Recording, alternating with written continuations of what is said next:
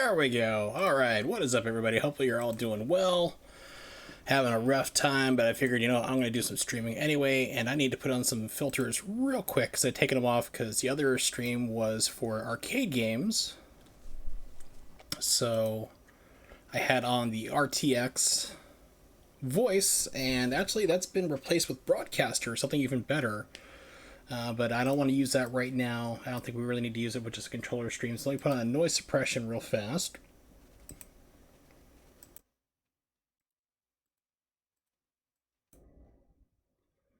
Set this to 33. And then we're also going to add in a noise gate. I'm going to set that for 32 and 31. Those are the magic numbers. Perfect. All right, there we go. That should be a lot better and nice cleaner. There you go, Keiko. See you later, buddy. So, yeah, things aren't going too great, but I decided, what the hell, I'm going to stream. I'm going to have some fun, or try to at least anyway. I think it's November, not November, it's October, Halloween month. Play some spoopy games, I guess. Be like every other streamer around, I'm sure. But I figured, let's play a game that I haven't played in a while. I mean, we're talking like 20 years almost. Actually, it's probably around closer to 18, 17, whenever they came out. I really don't remember. Probably around 15 to 16 now I thought of it. So let's do a Castlevania game, Lament of Innocence. Fire up the old emulator, because I still don't have a functional capture card, which is absolutely fun story. Because I got a email back from Elgato. It's waiting for everything to load up here in a second. And they're like, yeah, we're not going to replace this. We're going to replace your capture card. It's the last time, absolute last time you get, there will be no future replacements, after we replace this one here for you. I was like, really? So apparently tech support got my stuff and they said, yeah, it's dead. You didn't do this. And they're kind of pissed because it's like the fifth one that's died on me. Long past, as monarchies weakened, local feudal lords grew in power. The first knights simply protected their lords' domains. However, with the reforms of the late 11th century, there we go. I think I got a decent volume. Protectors of the peace. They valued. So yeah, they're gonna replace my. Feel like this is like the sixth Elgato, but they're like, we're not gonna replace it anymore. We're just gonna do tech support for you. I'm like, I sent off an email back to them. I'm like, yeah, I just wanted you guys to take a look at it, just to see like what's causing these problems, and how is this happening. And haven't received it back since the weekend. I'm gonna still send it back to them regardless. So if anyone wants to donate for me to buy a Cloner Alliance and to finally get rid of them, I will accept all donations. I will, in bits, or actually bits would take too long, I will give you my PayPal if anyone felt that crazy. Which I don't expect anybody to. I'm just joking around. If somebody did, that'd be amazing. But I am not Maximilian Dude. I am not a popular streamer. It's not gonna happen. And I'm missing like all this story. Matthias's grief was profound, and he became bedridden. A year has passed since then. Thanks to Leon's efforts, their company remains proudly undefeated. In the Octagon! A mysterious army of monsters suddenly appears in Leon's domain. The Crusades are raging in the east, and since the church is focusing on fighting heathens, those heathens! They're button! Leon wants permission to sortie, but the church has no intention of granting it. It's like, yo, let me go kill some demons. The church is like, nah, dude, nah. And tells Leon that the appearance of the monsters is tied to a vampire who has a castle in the forest called Eternal Night, and that Leon's betrothed not Sarah, has been kidnapped and but Sarah Smiles. Leon realizes that he must renounce his title to rescue his beloved. The forest is swollen with darkness, as if it would rob away everything, and only moonlight provides a ray of I gotta say, this is like very dramatic reading. Is about to begin. Sorry, I clicked off apparently. If you click off and move things around, it causes a little audio stutter.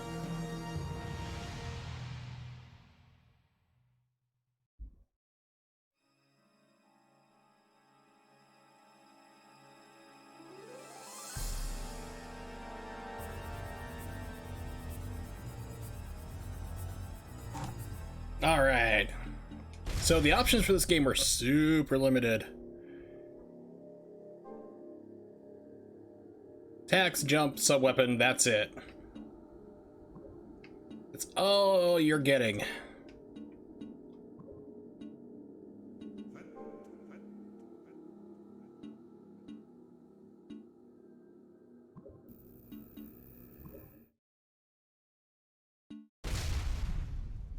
I tested the game earlier.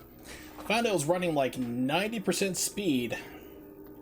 So I did a couple different configuration changes and got it up to running full speed, no problem. I'm like, I remember them running this game on emulator a couple years ago, and it was running just fine. And yeah, you can get it going pretty well.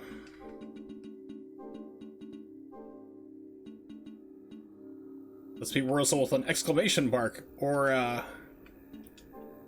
maybe a question. Wurzel? Yes, we'll do that.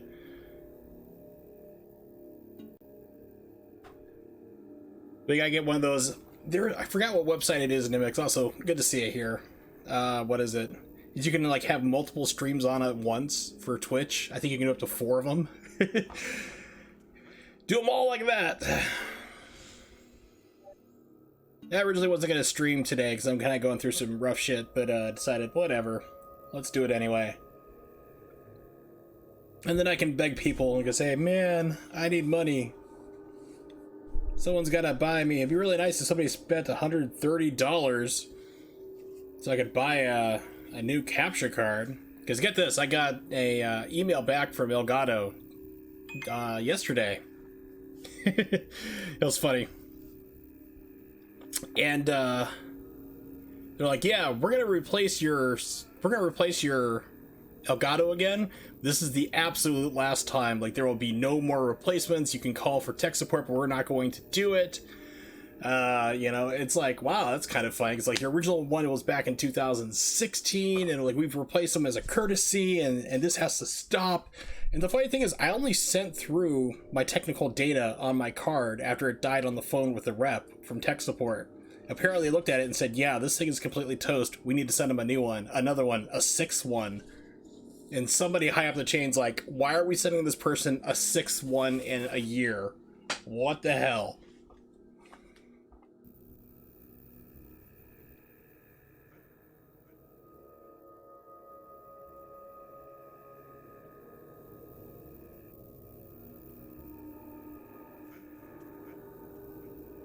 Let's see. I was going to submit 2 more tasks today.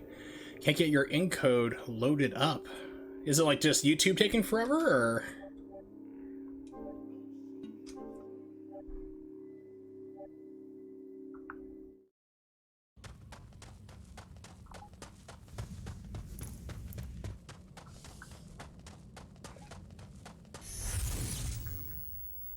What just happened? Some weird stuff, man. Ah, he must really like you. You won't be able to leave now. Who's there? Now, don't get so excited. I'm just an old man. In the I forest. just came to gawk Ooh. at the man crazy enough to come here. Spoopy. You don't seem like...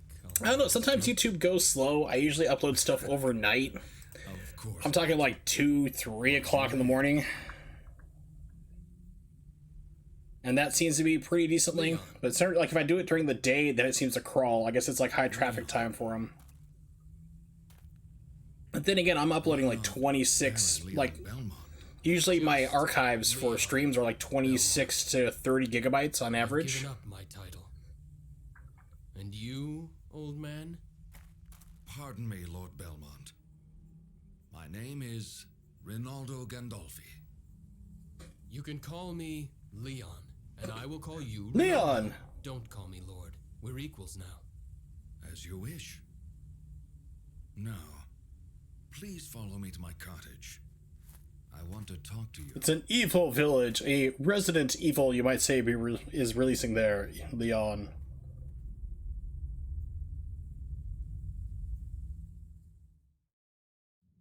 Wait here a moment. There's something I want to give you. Ronaldo, can I ask you something? What is it? Why are you living in a place like this?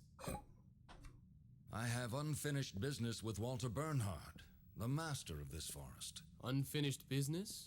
Not worth mentioning. Yes, it's what I just said.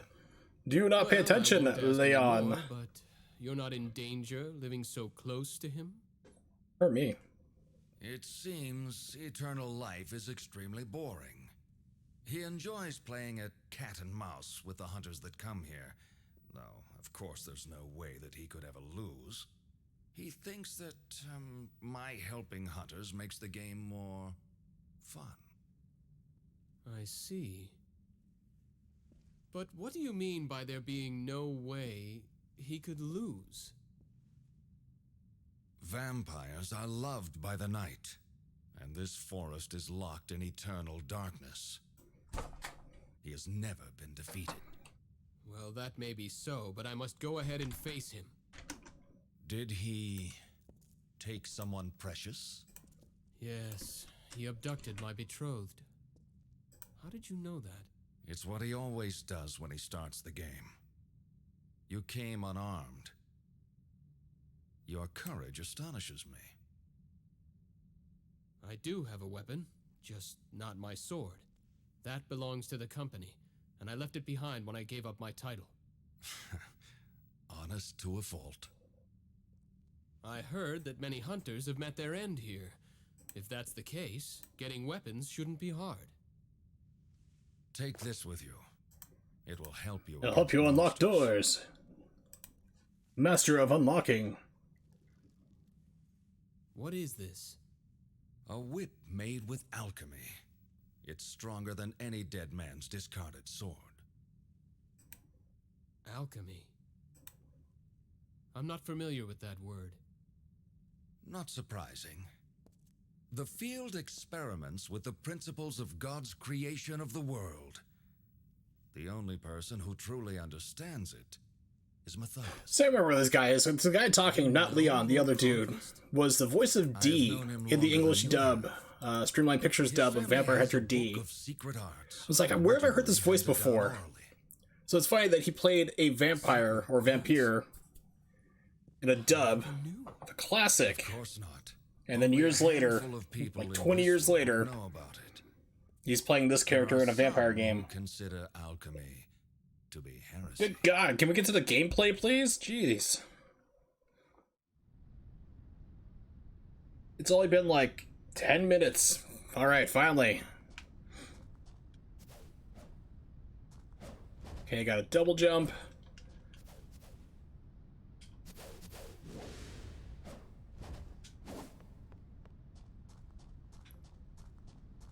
I go back in here, is this guy gonna keep talking to me again?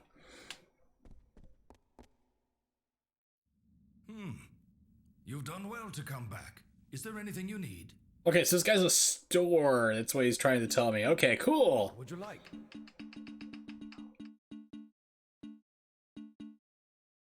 Anything else? Don't push yourself too hard. Don't waste my time, boy.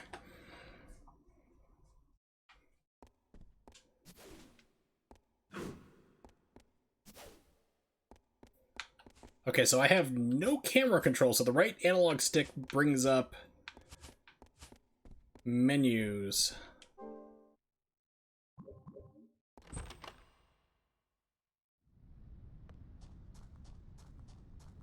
So I'm at the mercy of a camera.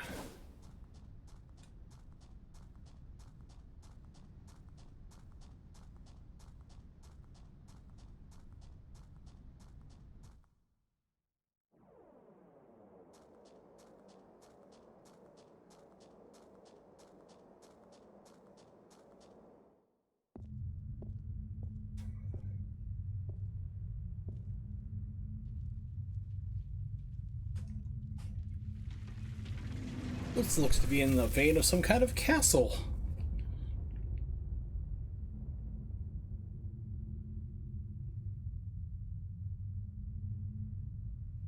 Sarah, wait for me. I'm coming to save you. With my beautiful feathered hair, and it would have been impossible back in the day.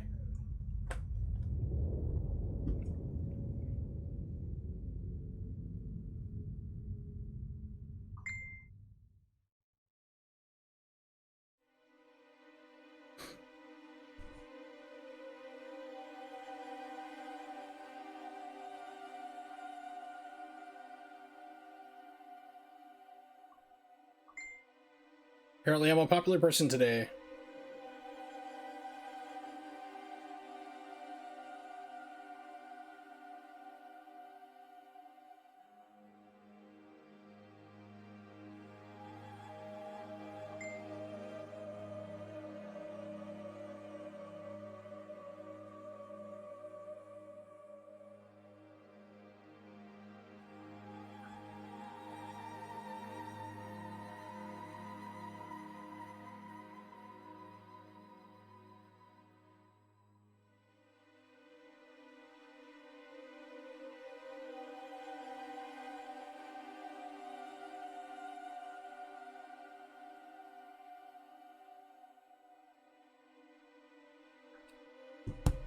Alright, here we go.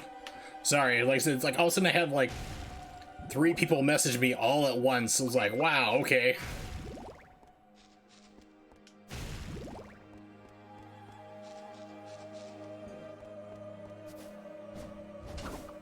Oh, that's something I can do apparently, okay. Seal formed by 5 monsters has been set here. Yeah, so I double jumped. Won't get me over there, so I hit the whip. And apparently you can whip up to higher ledges by doing that.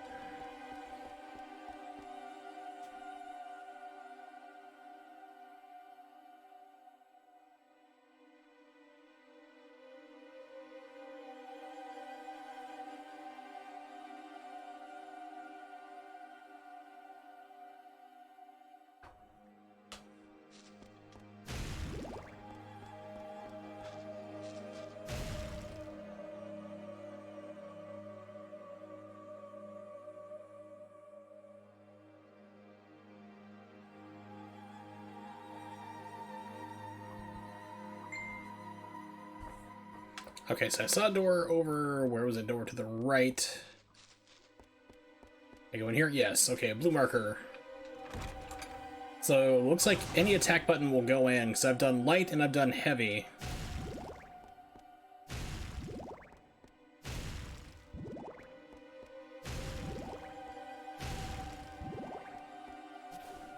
Okay. Head for the exit. During a jump, Leon can jump a second time. Yes, I've noticed that already. Ooh.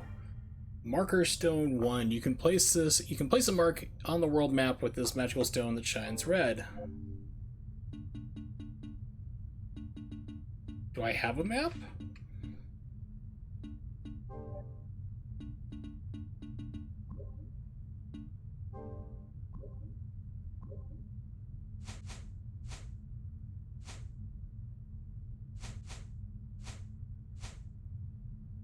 Okay, so right triggers are like maybe a guard or counter.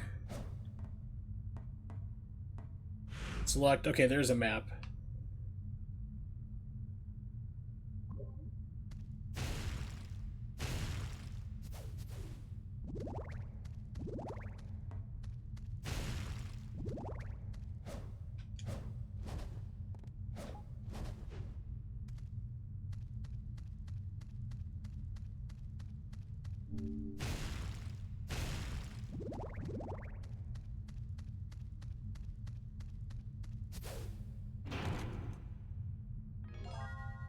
Alright, take advantage of places you can traverse by hooking the whip and swinging. Yeah, I noticed that earlier. That was something I could do. Oops. Yeah, so this is gotta be one of those problems, kind of like River City Ransom or River City Girls, where they have items like right next to the door and you'll be stuck fighting somebody and like you'll be trying to like punch them and you'll just go right to like the next room instead. It's like, well, that's gonna be frustrating. Ooh, marker stone 2, okay.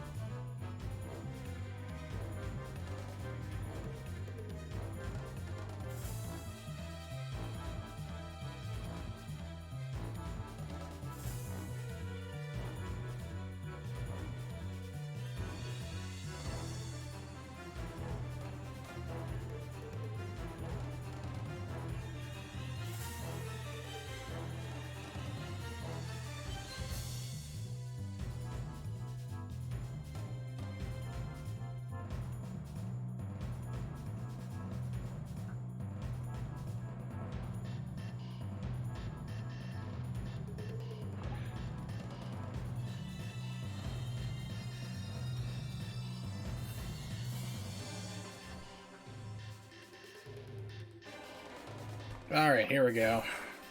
Defeat all the enemies in the room to open the door. Like I said, sorry, keep getting messages from people. Can I combo? Kind of.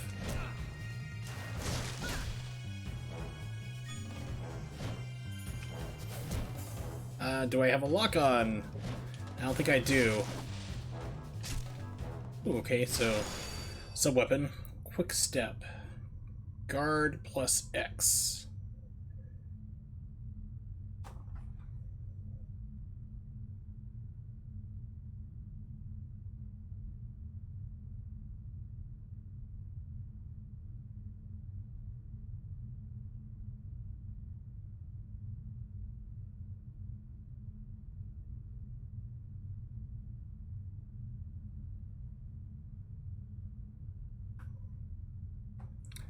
Moves quickly in the direction of the left analog stick to possibly avoid attacks. Okay, so guard.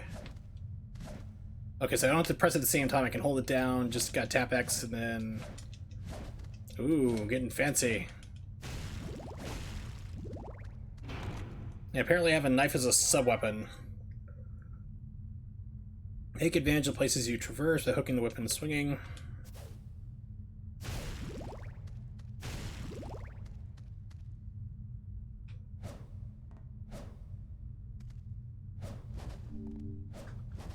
Ooh, okay, that's interesting. Like a dive kick.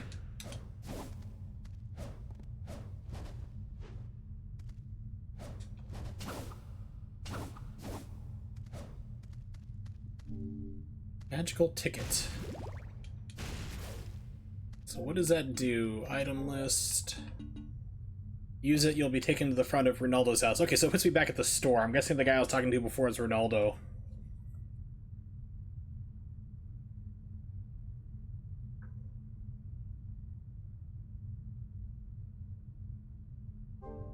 Not reorder, just get out of here.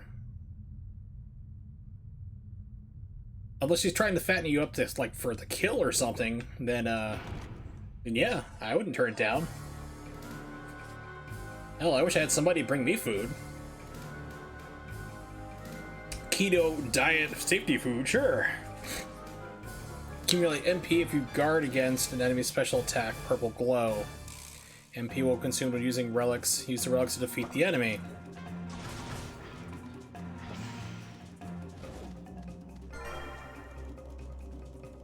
Ooh, chips and salsa sounds delicious.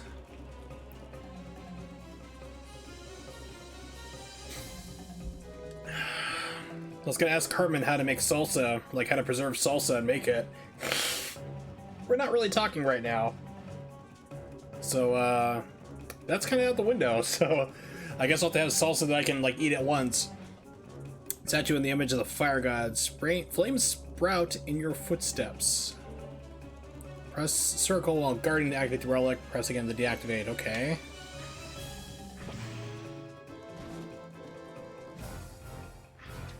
Is it active? Do I need to equip it?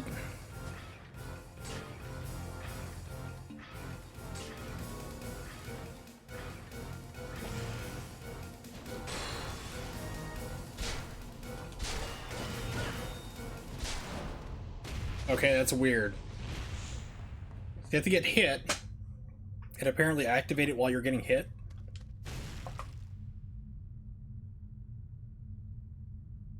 Hmm.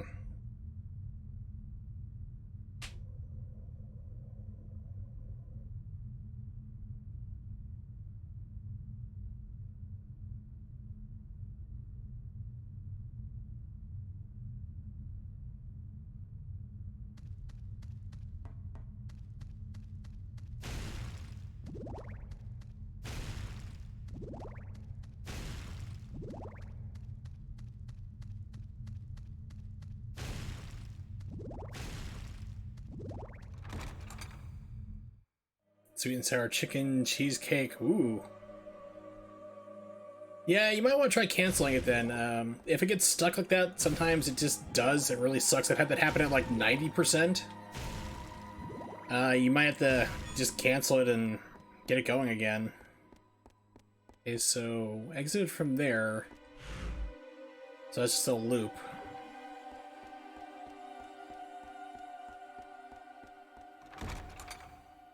Third attempt, jeez.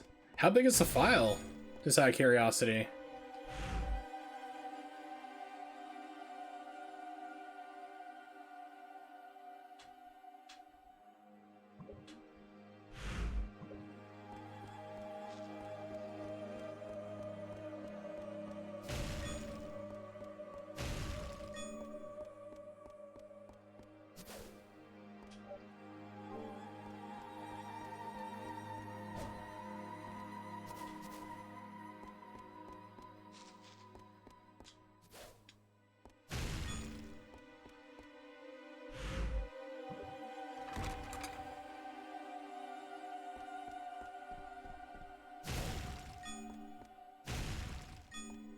Oh, I wish I could only bust up public urns and stuff and find money.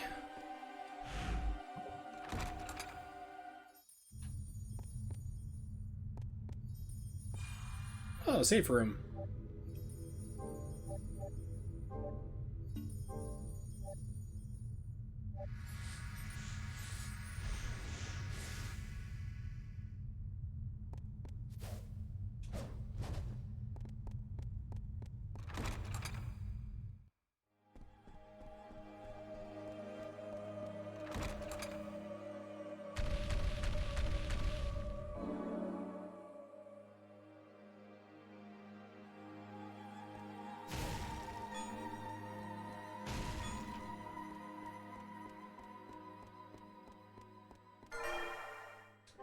More marker stones that I haven't used yet.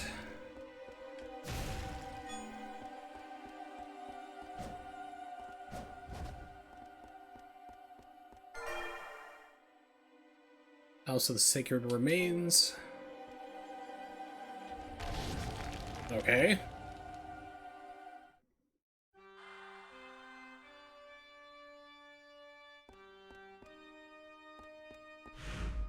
So apparently I've been teleported somewhere else. Okay then.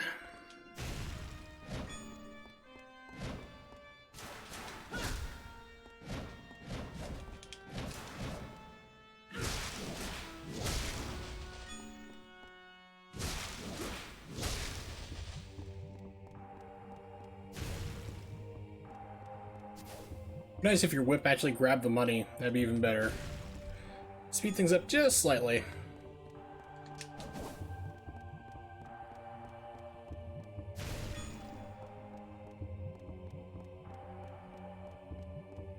That just brings me back up top.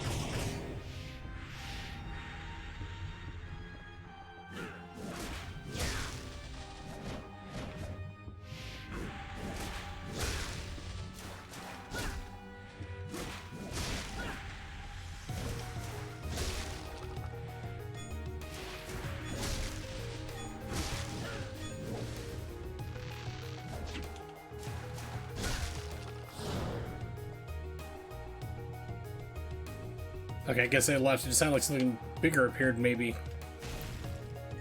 Guess not.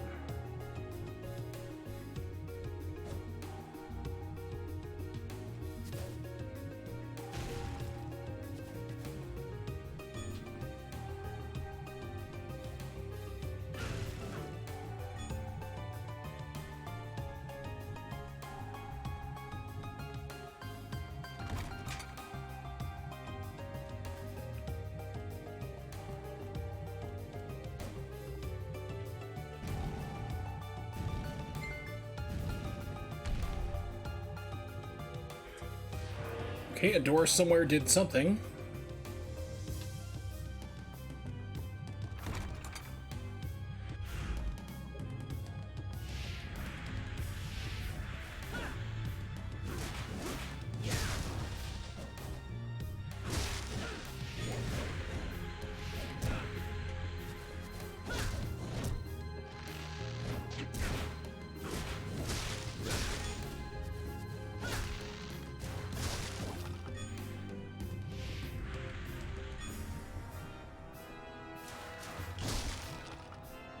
So do I have, like, experience points?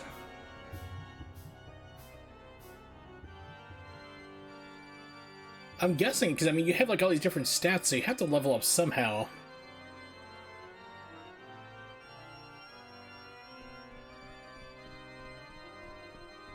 So I don't see anything on the screen really telling me,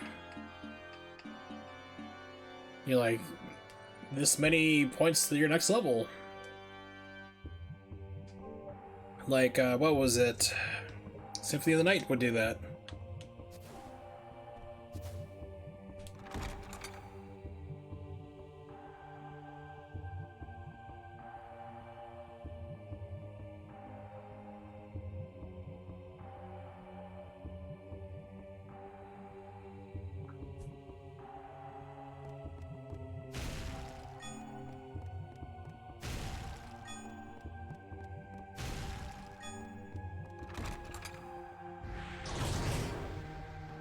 Oh, these guys look friendly.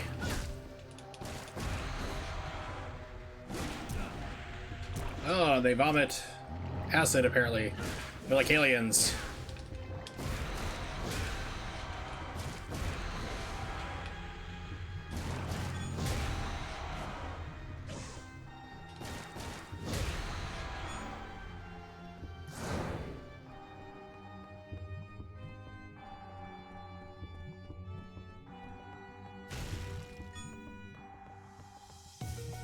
It's kind of weird not having camera control.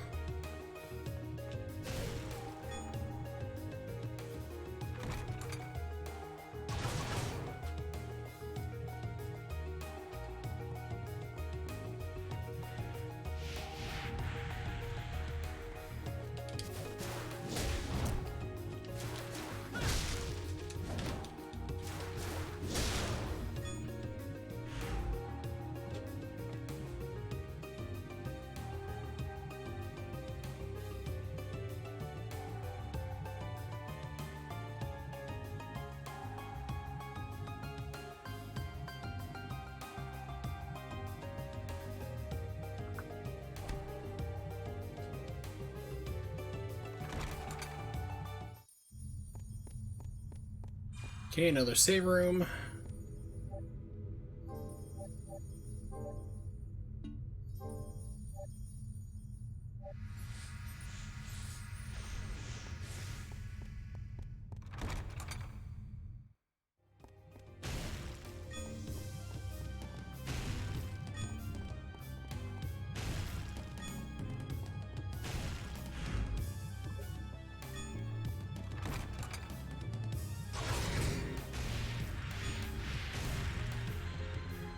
Ooh, flying guys, okay. So apparently you do level up, but you just don't have any idea when that happens, I guess.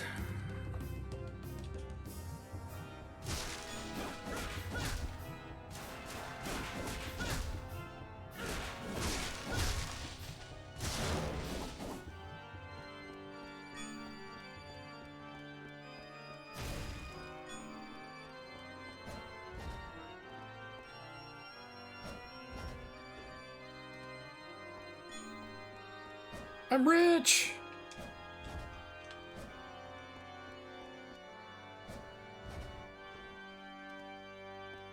Super rich! Now I don't have to beg anybody to buy me a new graphics card or a capture card.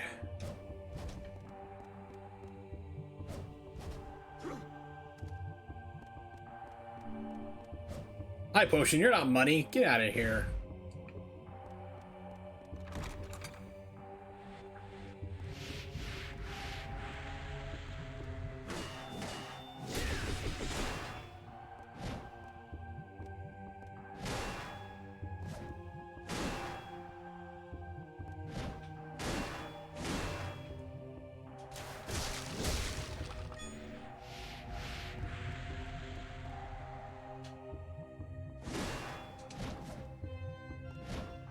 Can I see if I activate my flame thing again?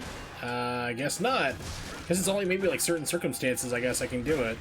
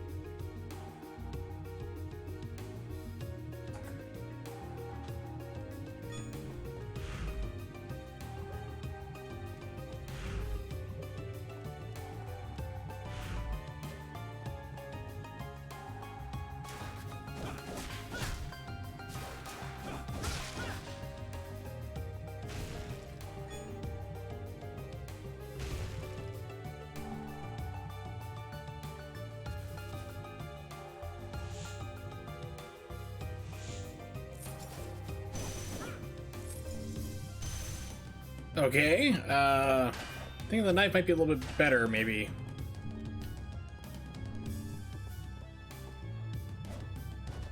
Maybe, I'm not really too sure.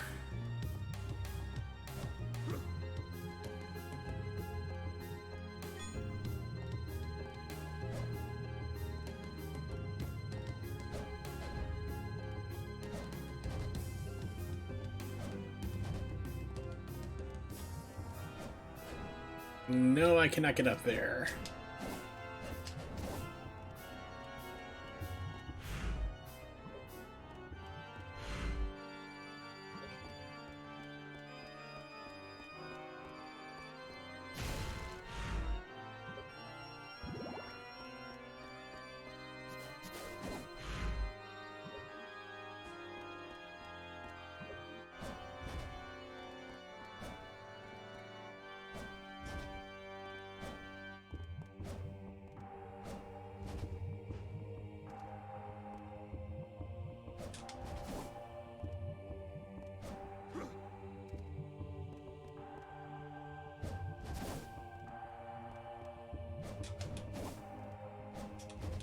Nope. Okay.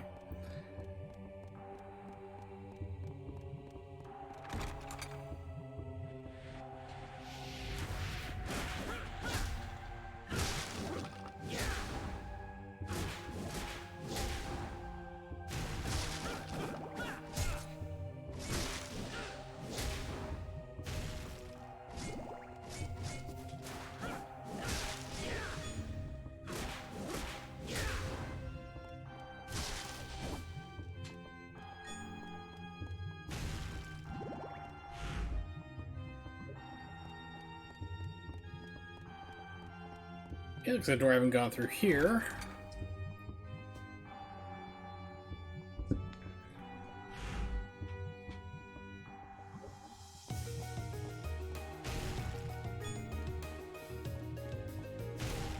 Cheapo's only giving me $1.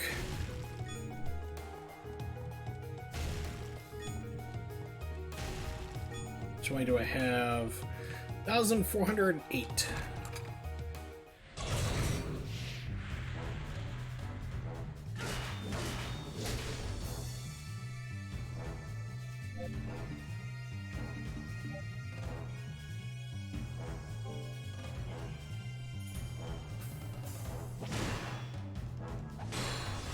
There we go, okay.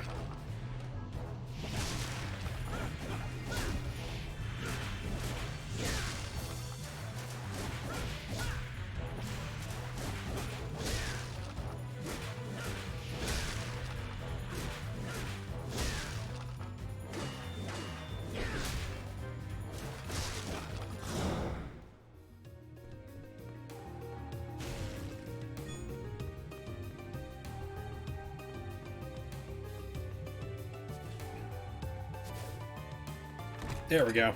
It's like, come on, door. We can do it.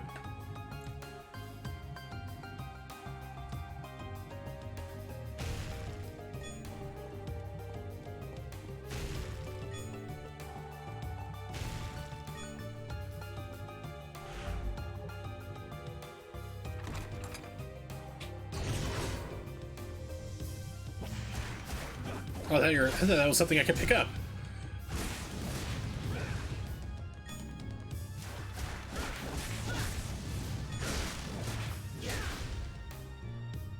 It's like, ooh, a new item, and no, that's a bad guy.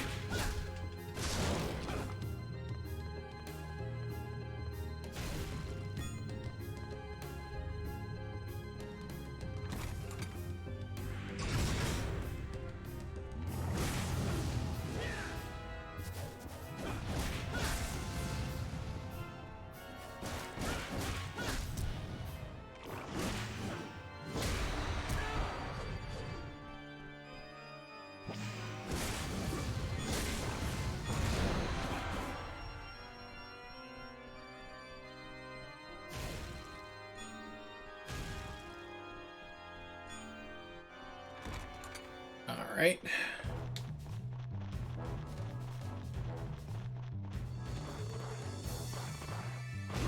I guess these are like fleas? Yeah, they're annoying.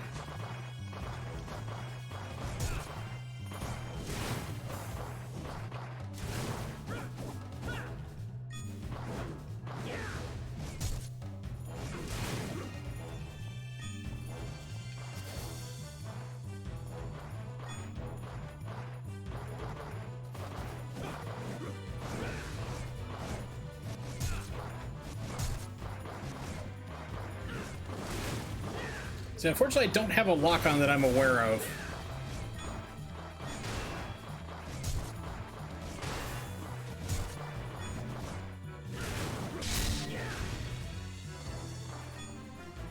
Well, that was nice.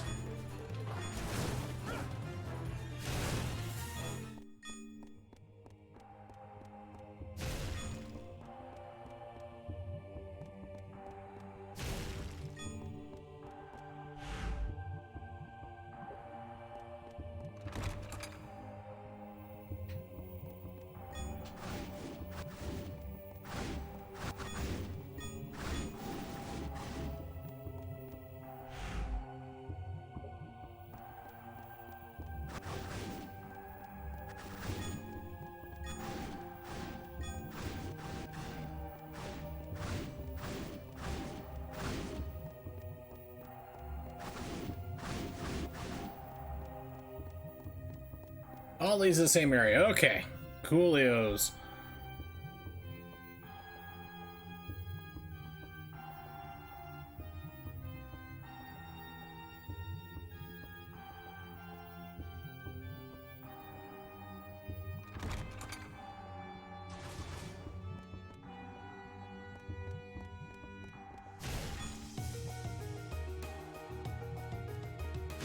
I'm surprised Coolio never had a cereal, you know?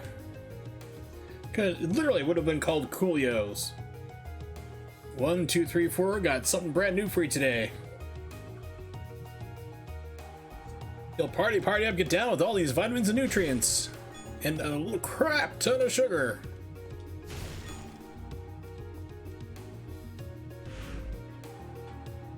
Okay, red door looks kind of interesting. Let's see what's over here. That's a locked door.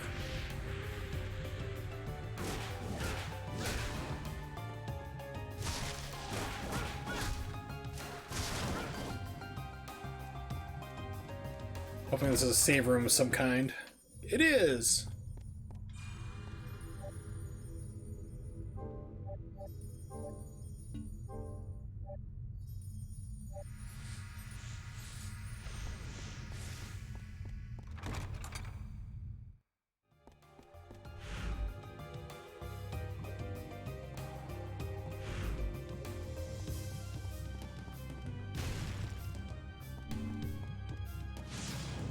That might be better.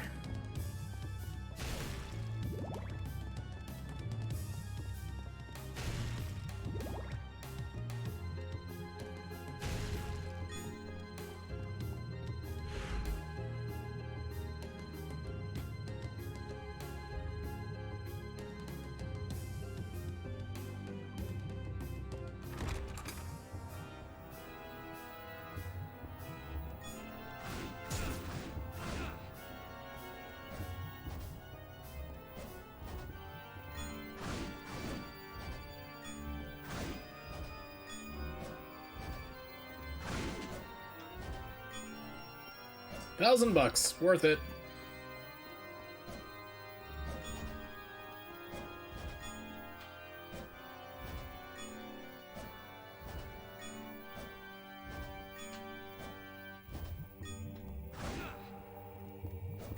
I like this room already, even though it's actively trying to murder me.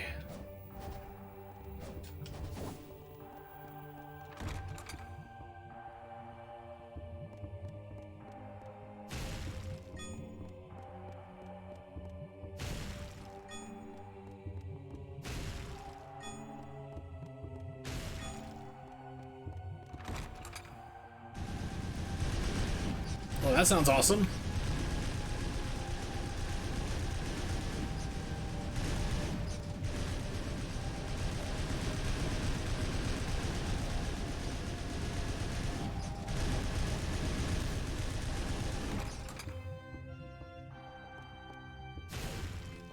So I have to say, for a Castlevania game, this game's kind of slow and boring, to be honest. I'm betting like all you guys are watching and kind of bored too, if everyone's watching. Midair, okay. That caused a weird shader buffer. That's expanded up to 5, interesting. Yeah, this game's like super slow for Castlevania, very repetitive. I can see why this game kind of gets overlooked in the annals of Castlevania games. Yellow Dragon Key to open it.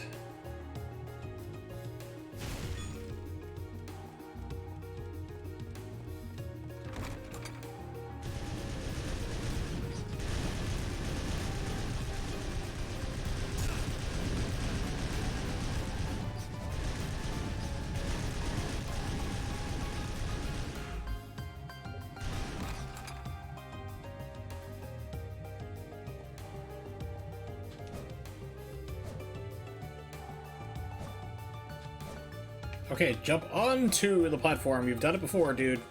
Come on. Come on. There you go. Just didn't want to do it. Kept jumping straight up and then wouldn't want to jump onto the platform. Okay, mysterious door somewhere. 2 dots on it now.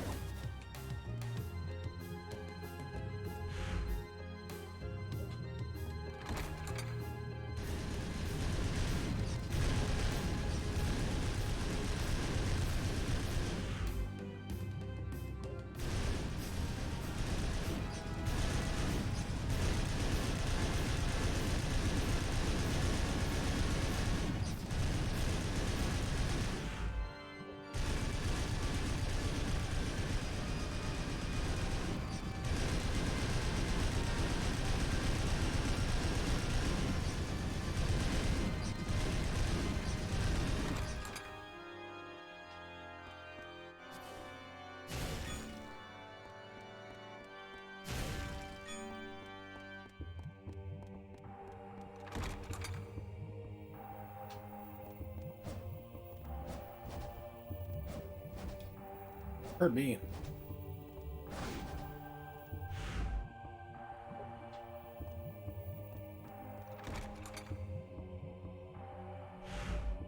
Okay, so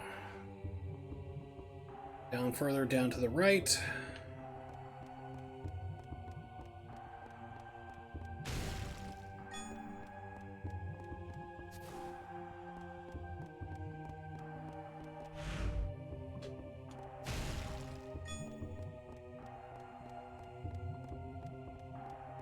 The old save again.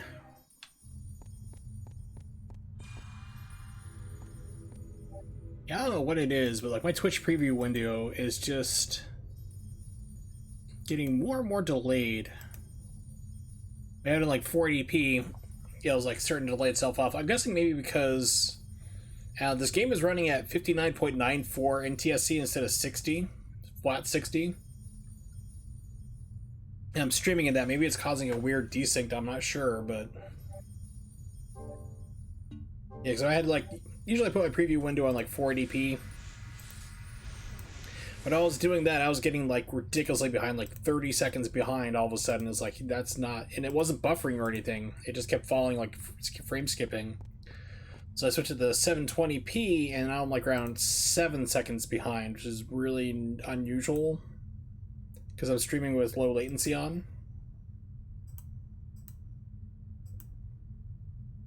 Yeah, so I'm like 4.5 seconds behind what I'm seeing right now on the stream.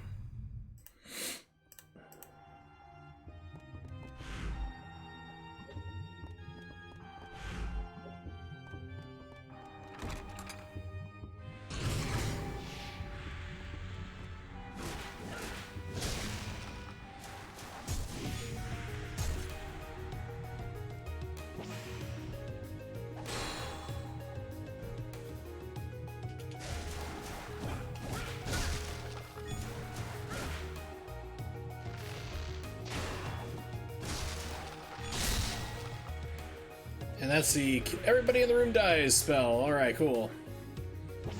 Okay, so basically, if it's like a purple flash, you want to block it because it actually builds up your magic gauge, which is really weird, which lets me run around and set things on fire with my feet. Let's see. Blocks guard at impact, blocks plus enemy attacks while gaining MP and hearts. Do I need to like parry at the right moment? Yep.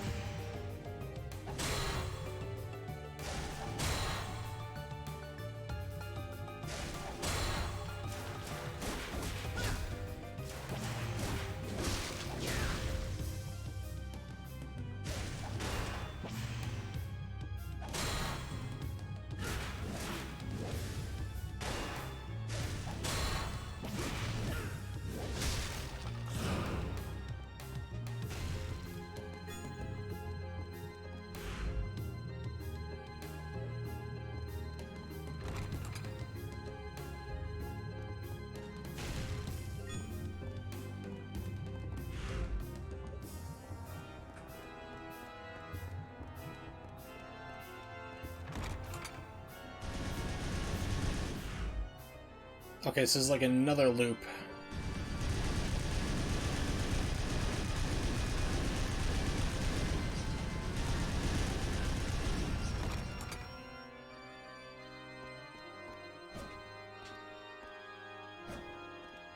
Yeah, so if you're up close, you can't jump onto it. It just stops you, does a vertical jump. You can't like jump and move forward in the air.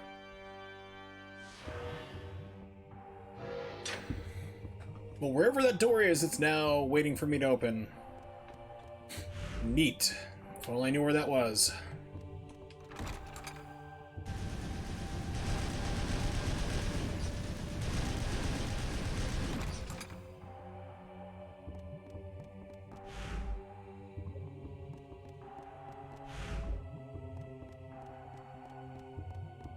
And that just loops me back around. I might as well go that route.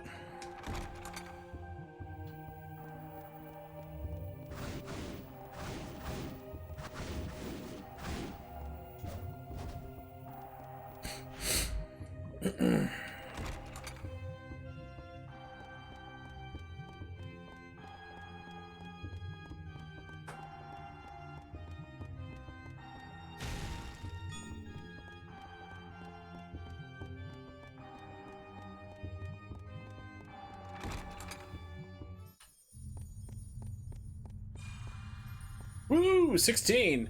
Yeah, I would say, like, unless you restarted it, I would definitely probably kill it and restart it.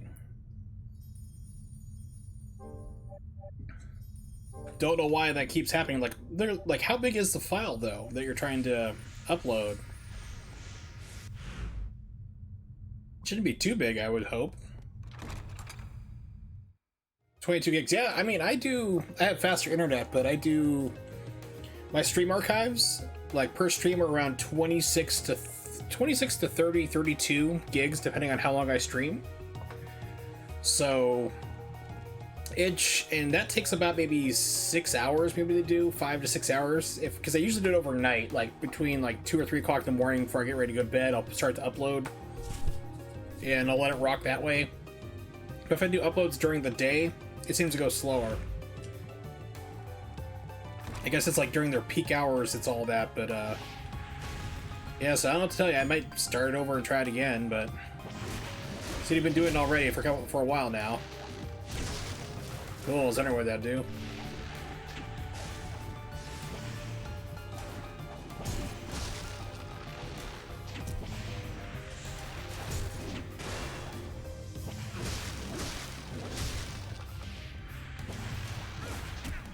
It's like I'm trying to attack the archer.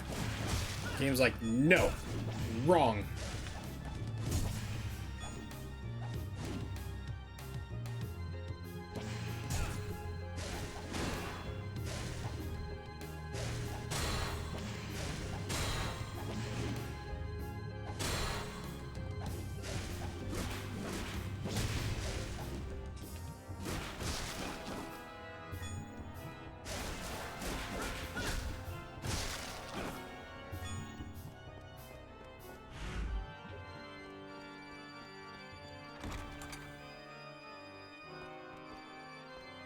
Oh, so this is where that door is. Neato.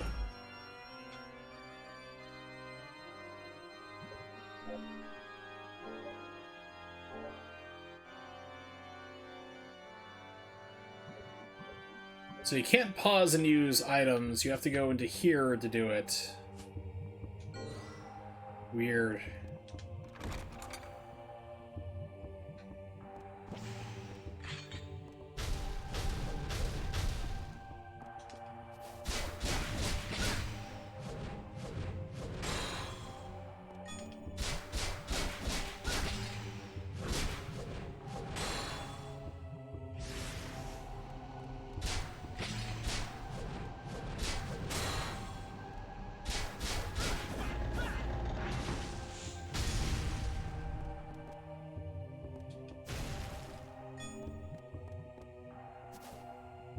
That guy was more intimidating than he was hard.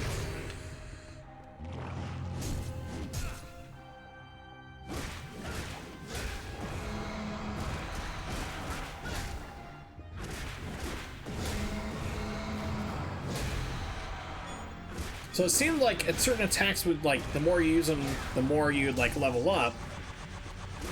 But, like, I keep using like this hard heavy attack and I really haven't got anything special for it. The light ones I have.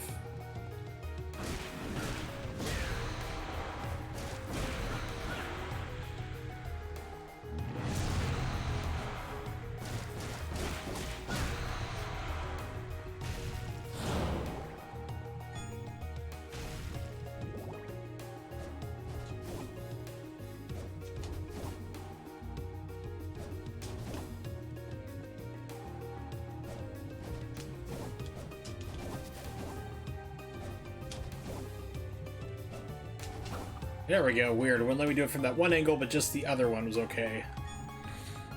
Go figure.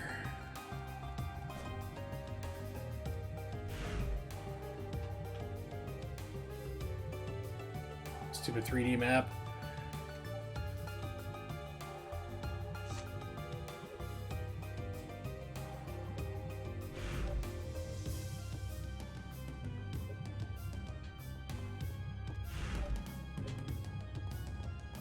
So this door takes me to territories unknown. Let's do that. Battle arena. Dogs.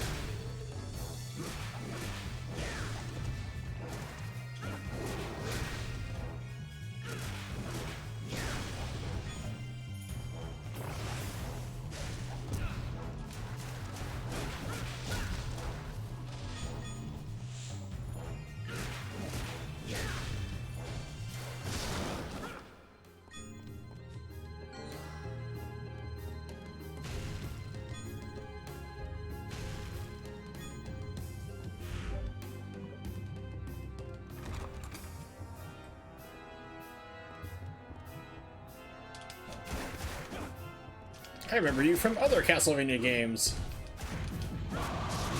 Okay, that was unexpected.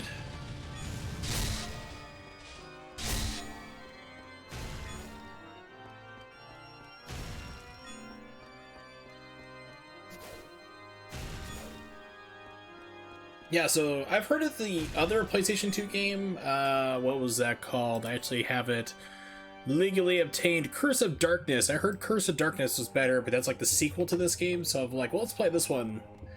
So as goes, and I gotta say, for a Castlevania game, it's kind of bland, to be honest.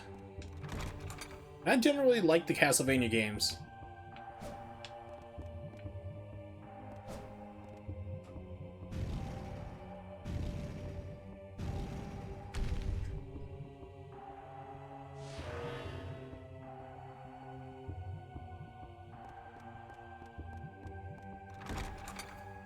It's very, like, grindy feeling. It's kind of hard to describe.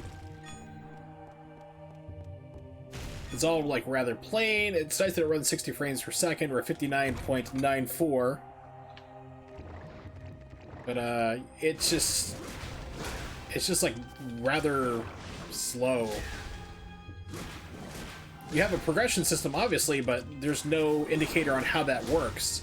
Not Rondo of Blood, Symphony of the Night, that's what I'm looking for.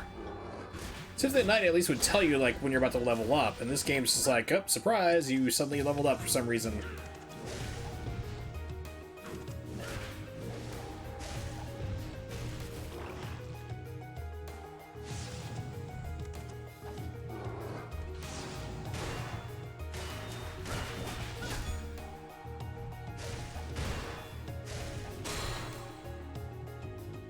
Come at me, bro.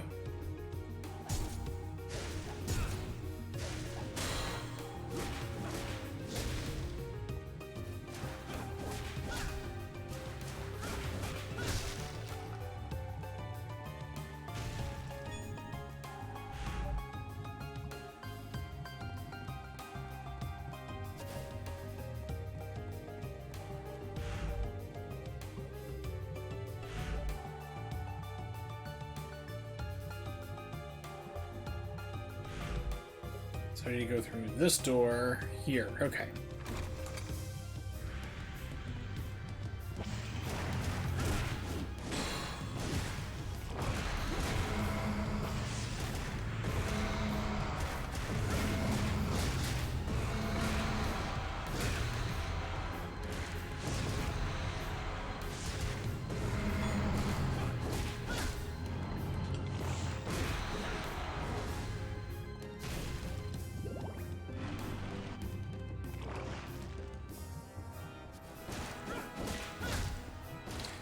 But it's still better than Castlevania 64, which actually was the subject of a new video today by Matt McBustles, aka the What Happened guy.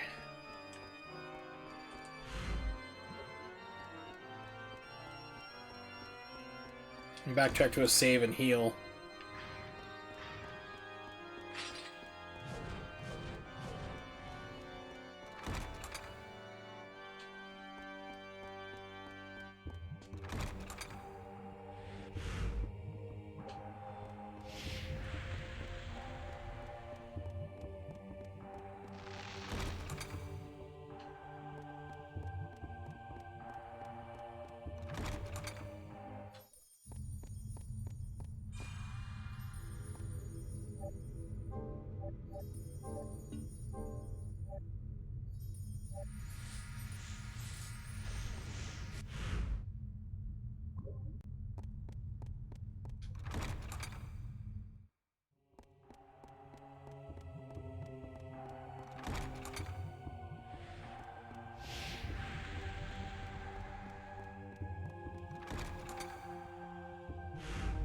Yeah, so the problem is like, there's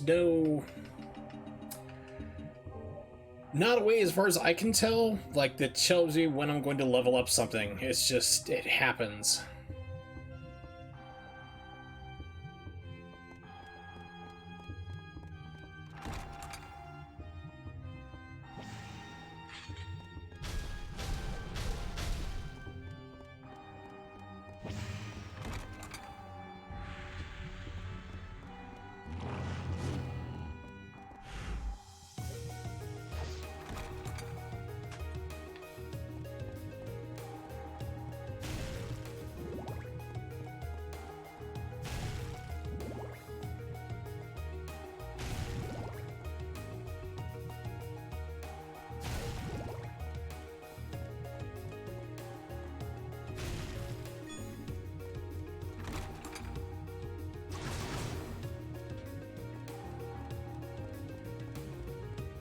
Boss fight, probably? I'm gonna guess. There's a way out the room.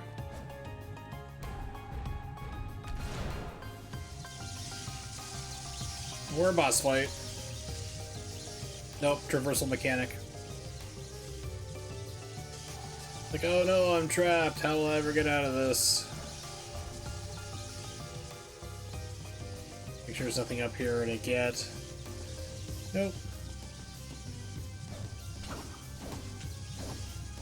Okay, so it's a little delayed on the button press. Got it.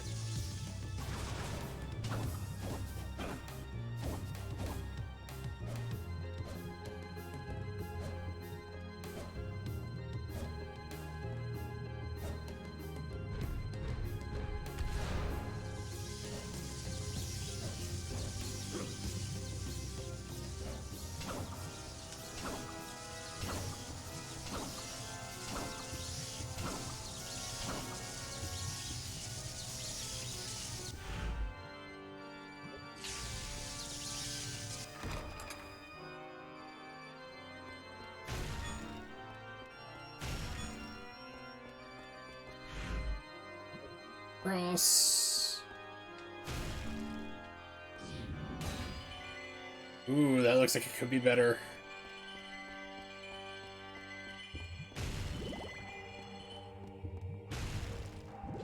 I wonder if there's like a guard, like an item crush, like they have in other Castlevania games. Namely, Rondo of Blood, Symphony of the Night.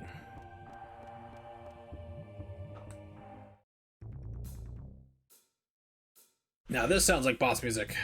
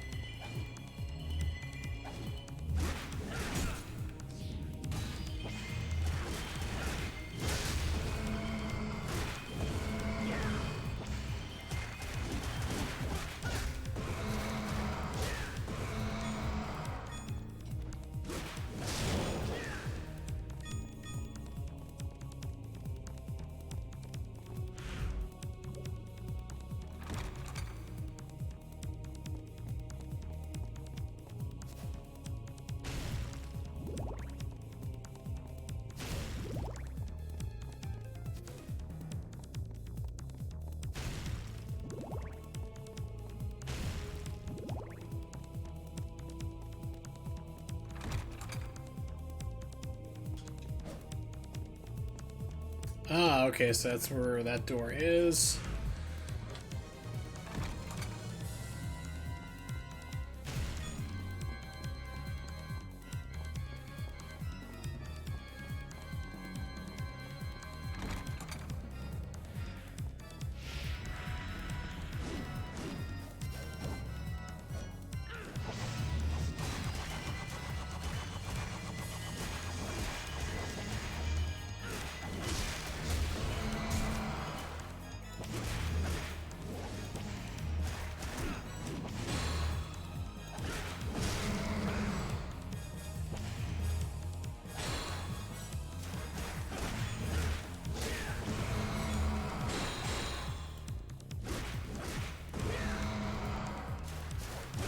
So weird that you have to like intentionally just block and buffer enemies in order to build up your magic gauge.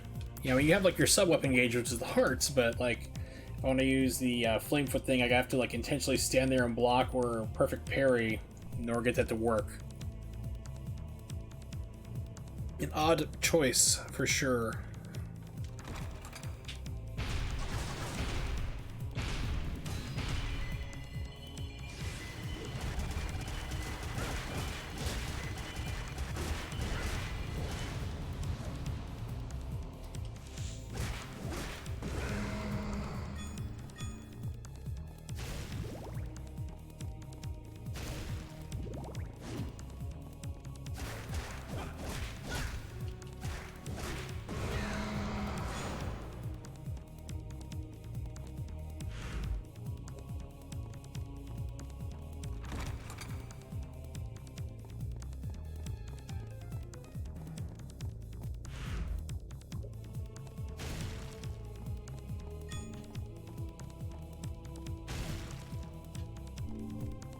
Knife? No, we'll stick with this. I tried to create an Epic download account. Are we talking like Epic Games, or is this like a downloader service?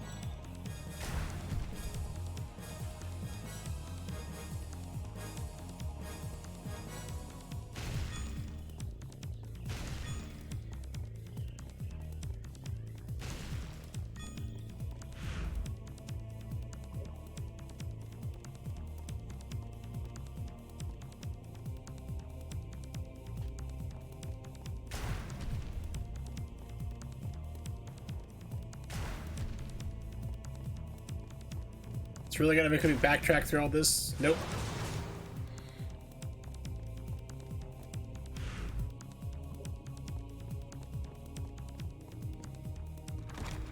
Epic Games. Yes, I have an Epic Games account. Trying to link my Steam account to get Rocket League. They have a CAPTCHA, wants to answer 10 screens, have a timeline each one. Problem wants you to find the mouse. You get the cheese or mazes, I can't figure them out. Never heard of that. That sounds intriguing. Usually it's just like put in your password, put in this simple CAPTCHA, and that's it. I think they had me like rotate a picture once. It was really kind of weird.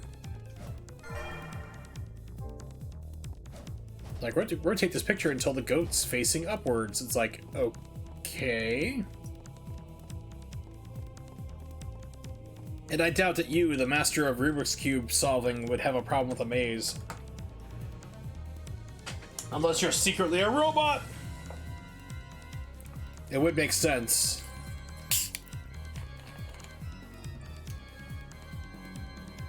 Superior tasking ability. Programming skills. Does this mean I'm John Connor? Oh god. We're all screwed. I don't know, Epic Games account is a pain in the ass for somebody trying to get to link different games and accounts. I don't even think I linked mine up, because I've heard that you could do that now. You could link it to your Steam account, but I don't think I've done that personally. The only time I've ever gotten to like the Epic Game account is when I'm like looking for a game or something. Like they're like, hey, here's a free game. It's like, okay, cool.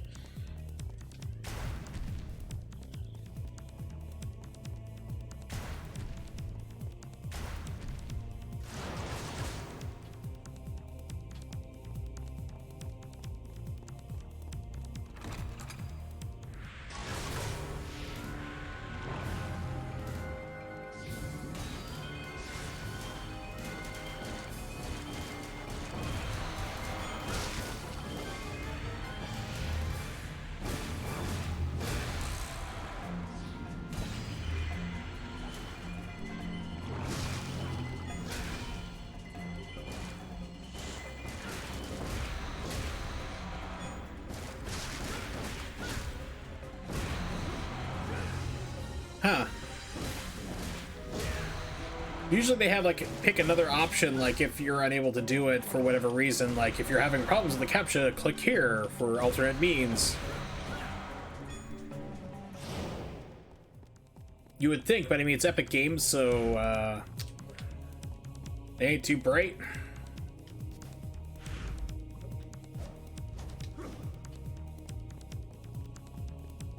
Huh. Then I'd say probably close it out and open it up again and see if you get something different.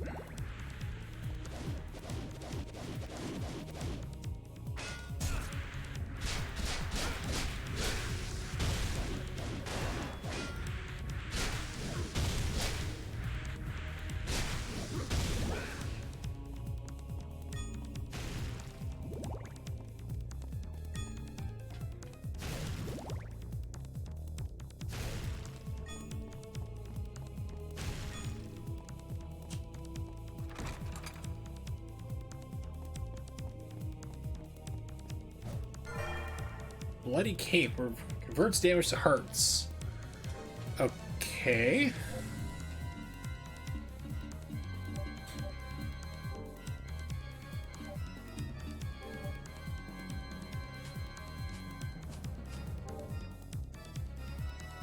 Then why even have this in here? It's like you have to do it in the menu in the real game.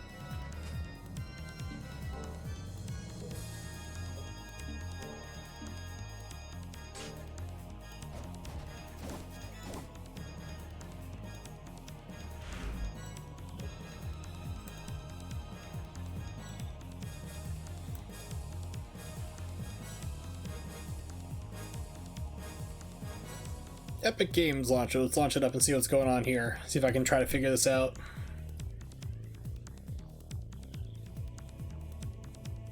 Alright, listen to the pulsing techno.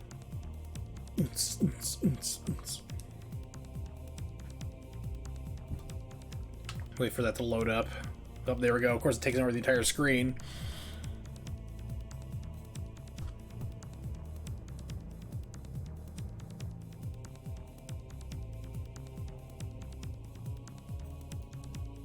Slowly loading. Good lord. It's like, we're gonna do this slower than Steam.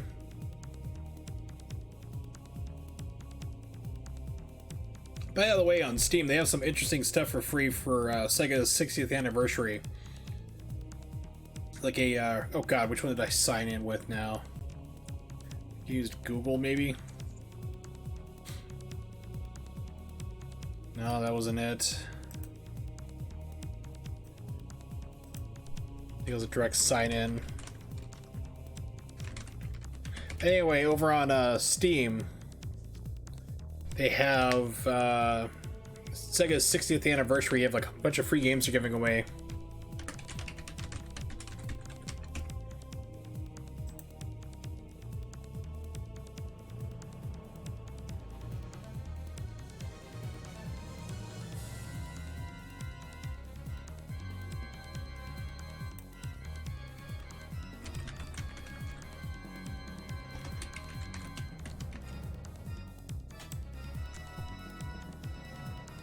Sorry, the information, the credentials you provide are invalid. Well, maybe if you didn't have like fucking 20 different things to sign up with. 1, 2, 3, 4, 5, 6, 7, 8 things you can sign up with.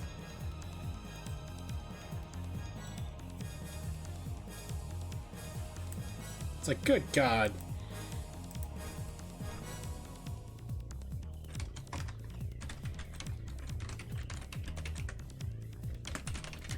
Now I remember why I don't go into here.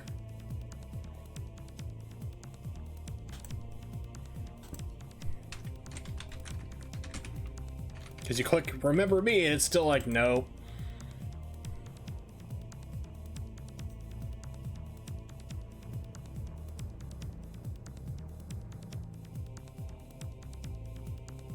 You have to wait for Microsoft Edge to pull up. God, that's gonna take forever too.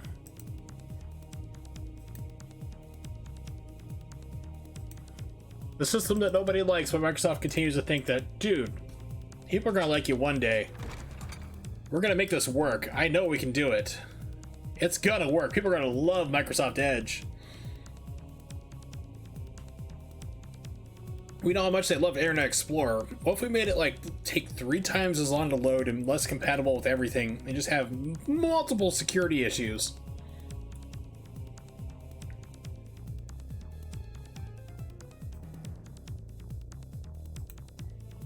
Now it's trying to come up. You can do it. I believe in you.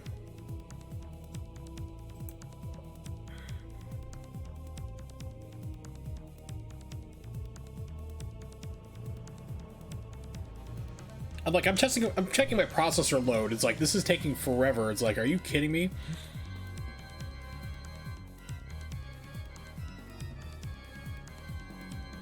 %58 CPU, 23% memory. No, I'm not getting bottlenecked.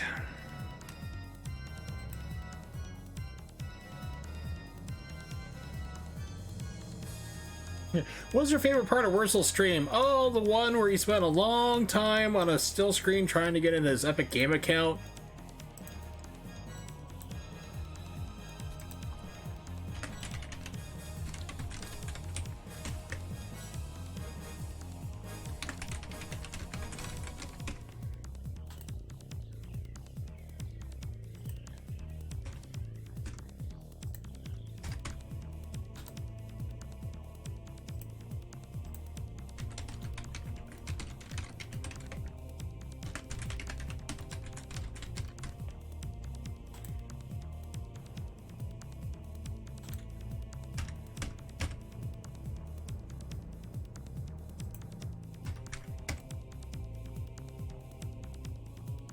Okay, finally got into my epic count. Preparing to launch. We should have done this shit before, sorry. We know you're all depressed and you're bummed out and you're trying to make your life live worthwhile now, but we're gonna screw with you on this.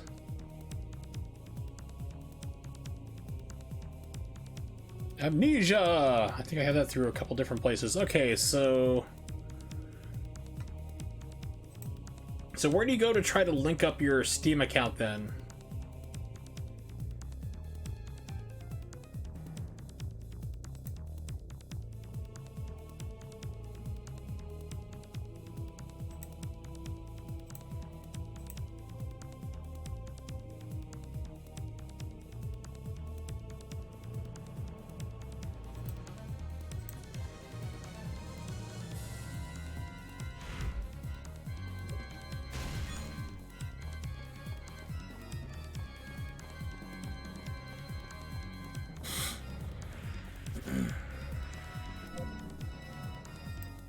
Okay, so it's an outside link, which you have to sign into Epic Games again. Are you fucking kidding me? Alright, fine.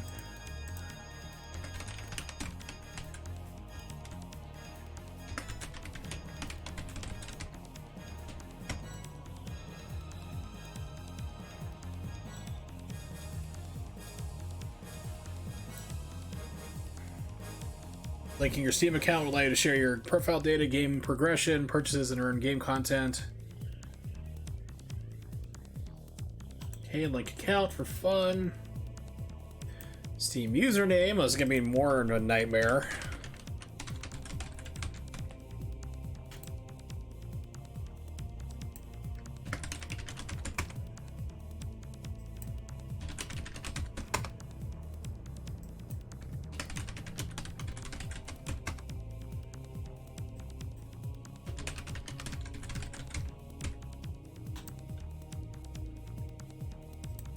Now it's like, no, fuck you, you're not getting your Steam account. No, it's like, screw you, you gotta sign into your Steam account. So I'm trying to do that, trying to put it in there, and it's like, nope, nope, nope, nope. Can't do it. We're not gonna do it here. So I'm just launching up Steam right now, see if I can get that to work. Still asking for your Steam username.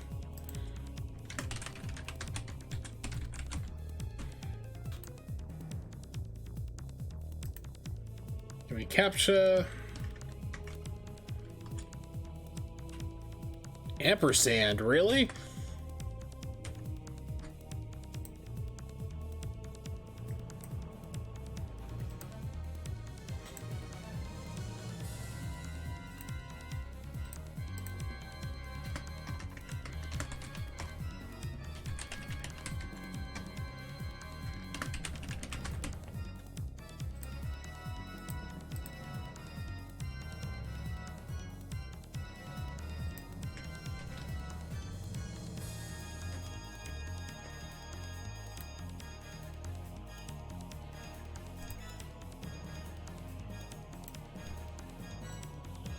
Trust me, everybody, this is far more interesting than what the hell I'm playing on the game. Believe me on that.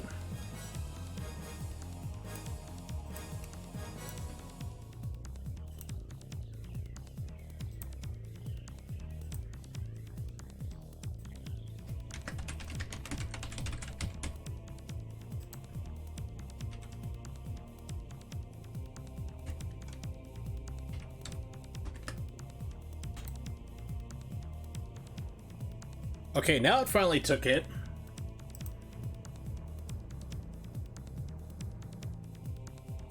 And it just brought me into Epic Games' personal accounts, like basically where I can... like all my personal settings, that's all it did.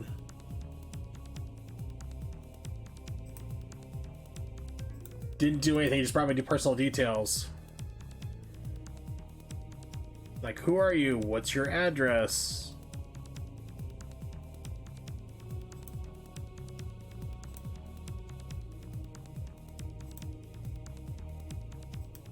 That's all it brings you into, really. Is all that link does. I'm not seeing a link into Steam anywhere, despite what it's saying. Connections, let's click on that, see what that does. Steam says it's already connected. Don't know why it's giving all that other nonsense. I'm not getting anything like that. I just said, yeah, here you go, you're done.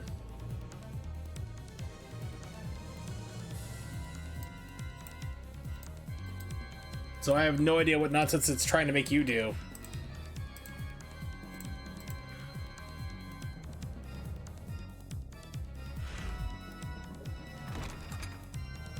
Maybe. But I mean, if that, I mean, at first it was giving me like captcha stuff to do and it wouldn't take it, then it finally did. Then it got me, then it just brings you into a personnel screen, like here's all your personal data, like here's what your real name is, here's your address, here's your credit card billing information if you haven't saved. And it's like, yeah, your Steam, then you go to connections, it's like your Steam account's linked. It's like, okay, so there's nothing else to do there. So I have no idea what it's doing for you. I would exit out of it, close it all down, start it back up again.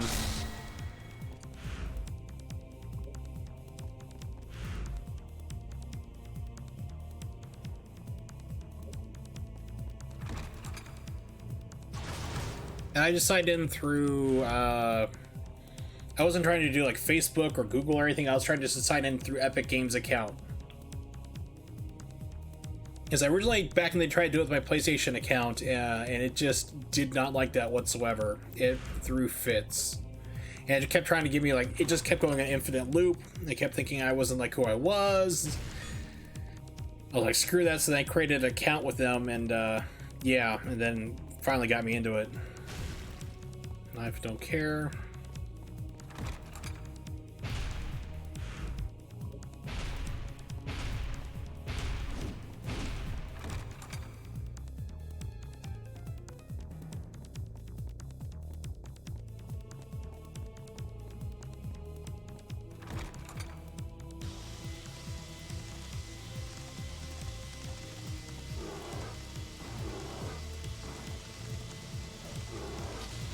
Oh, that's great.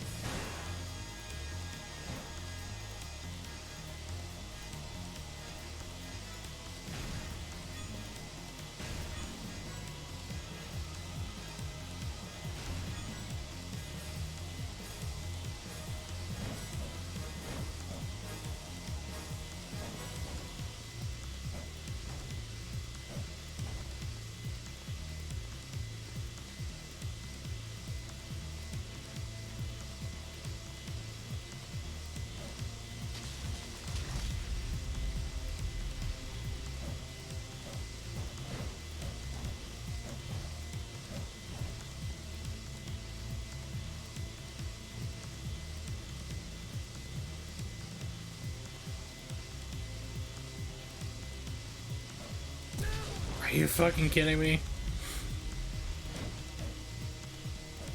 Add perspectives. Let's make this do a floor puzzle with really wonky perspective shifts. Trust me, people will love it.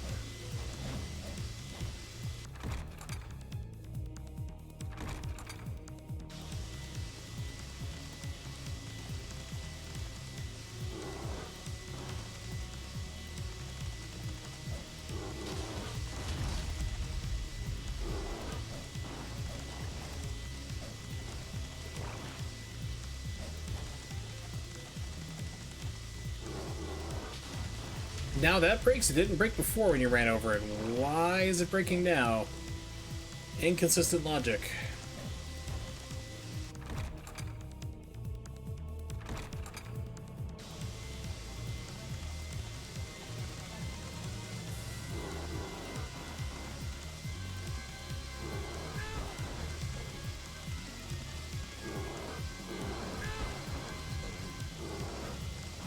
So if you jump, it breaks you through.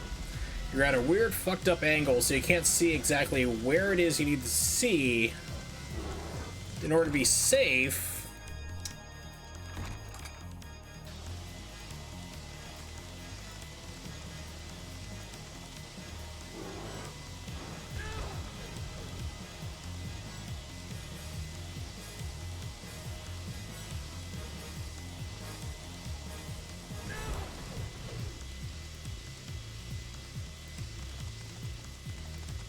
Oh yeah, this room was so much fun. Ugh.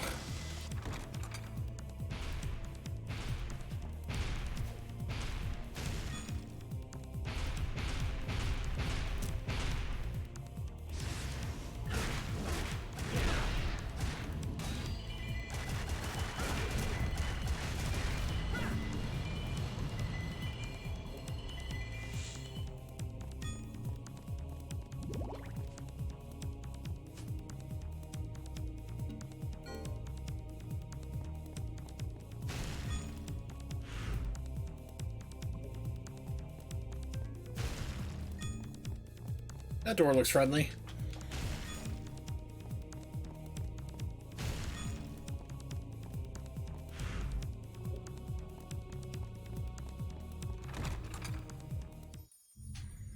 Say, please let there be a save room here. Perfect. It's like I have not come across one in a while now.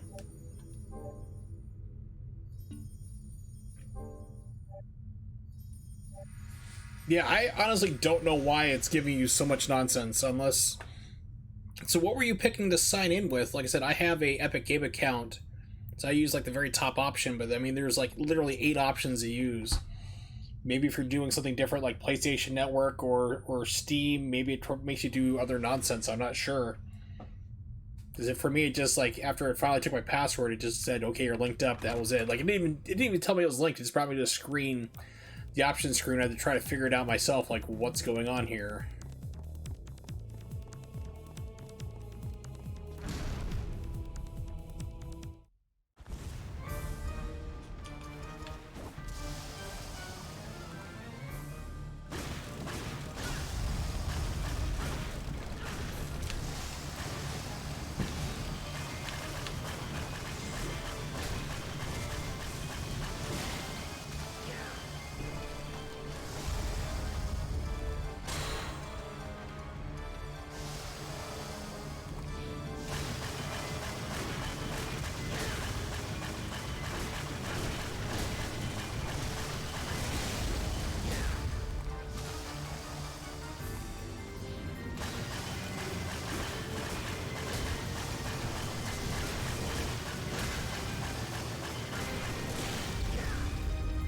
Yeah, so make sure you're signed in to Epic Game account and have your Steam up, and that should be it. I mean, because once you get in, all it's bringing you is basically to the Steam Epic page or the Steam account page.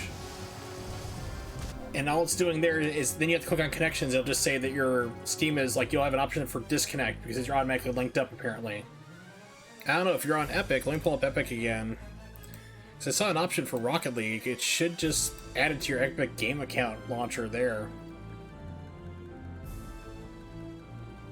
I'm not sure if it's going to add it to Steam or not.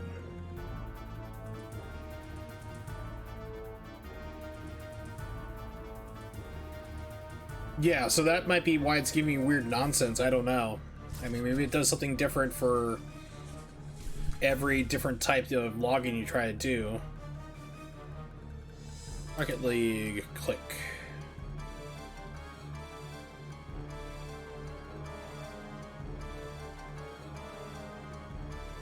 Get. Loading your order.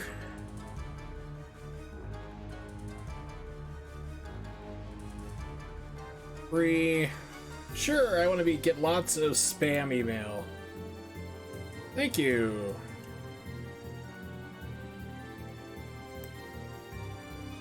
I think it's just going through Epic itself. I don't think it's giving to you like for free on Steam or anything. I don't know. I think it's just through Epic Games. Let me take my library. Filter all by recent. Actually, let's go alphabetical.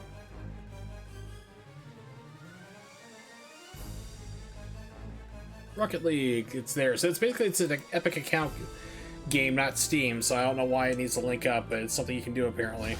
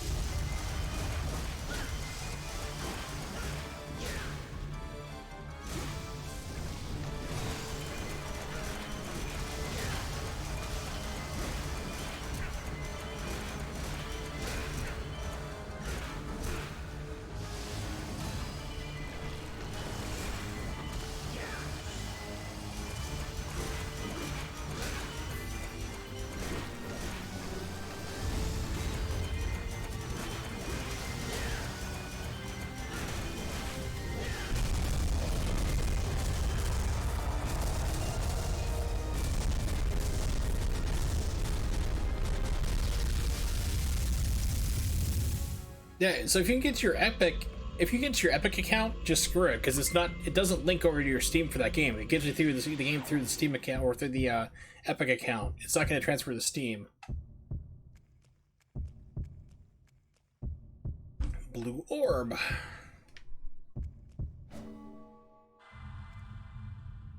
What does blue orb do? We're not going to tell you.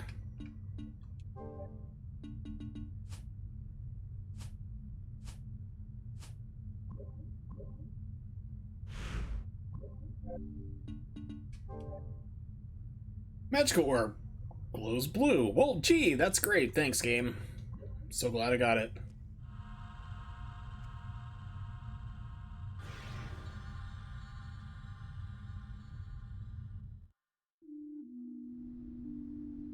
And I'm outside the dude's house. Did you get an orb? Welcome back. What if I sell you the orb? What would you like today? So I can't do any of that. Okay, cool. Anything else? What would you like?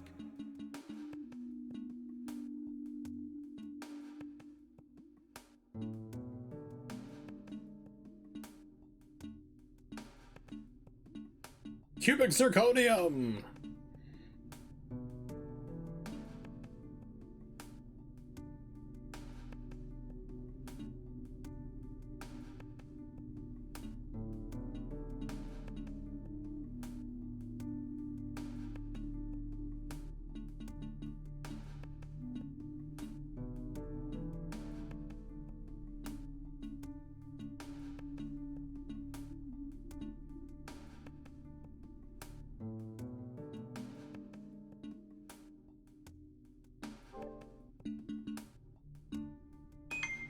Is this okay? Would you like anything else?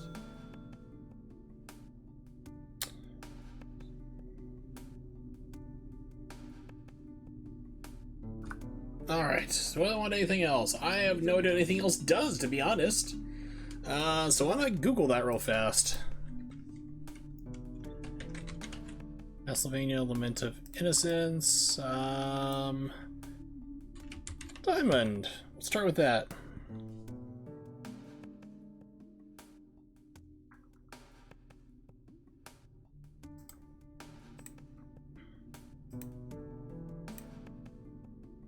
Lament of Innocence, Diamond. Let's see. Effect with a Jewel Crush grants a random amount of gold. Turquoise. Switches a sub-weapon equipped.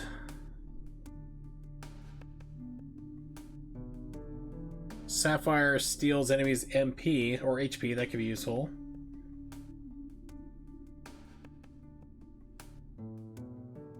Lament of Innocence. Jewels normally have no apparent function. They're sold half their purchase value like any other item. They have a power that can be released by, if destroyed by using the Jewel Crush item.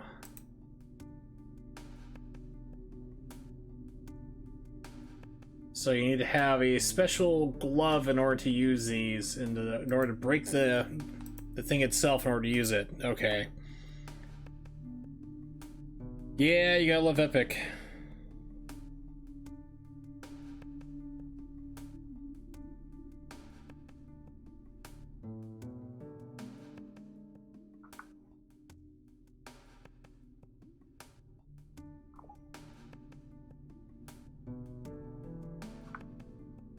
So apparently, salsa needs to be a water bath canning for 20 minutes. Thank you very much, Carmen, for letting me know. I appreciate it.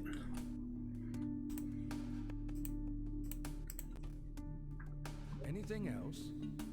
I appreciate your business. Okay, so please explain to me how I ended up here. Could you do that, old man? Oni-chan? Well, that's like little kid, but yeah. Okay, so I'm here. I'm queer, get used to it. I'm actually not.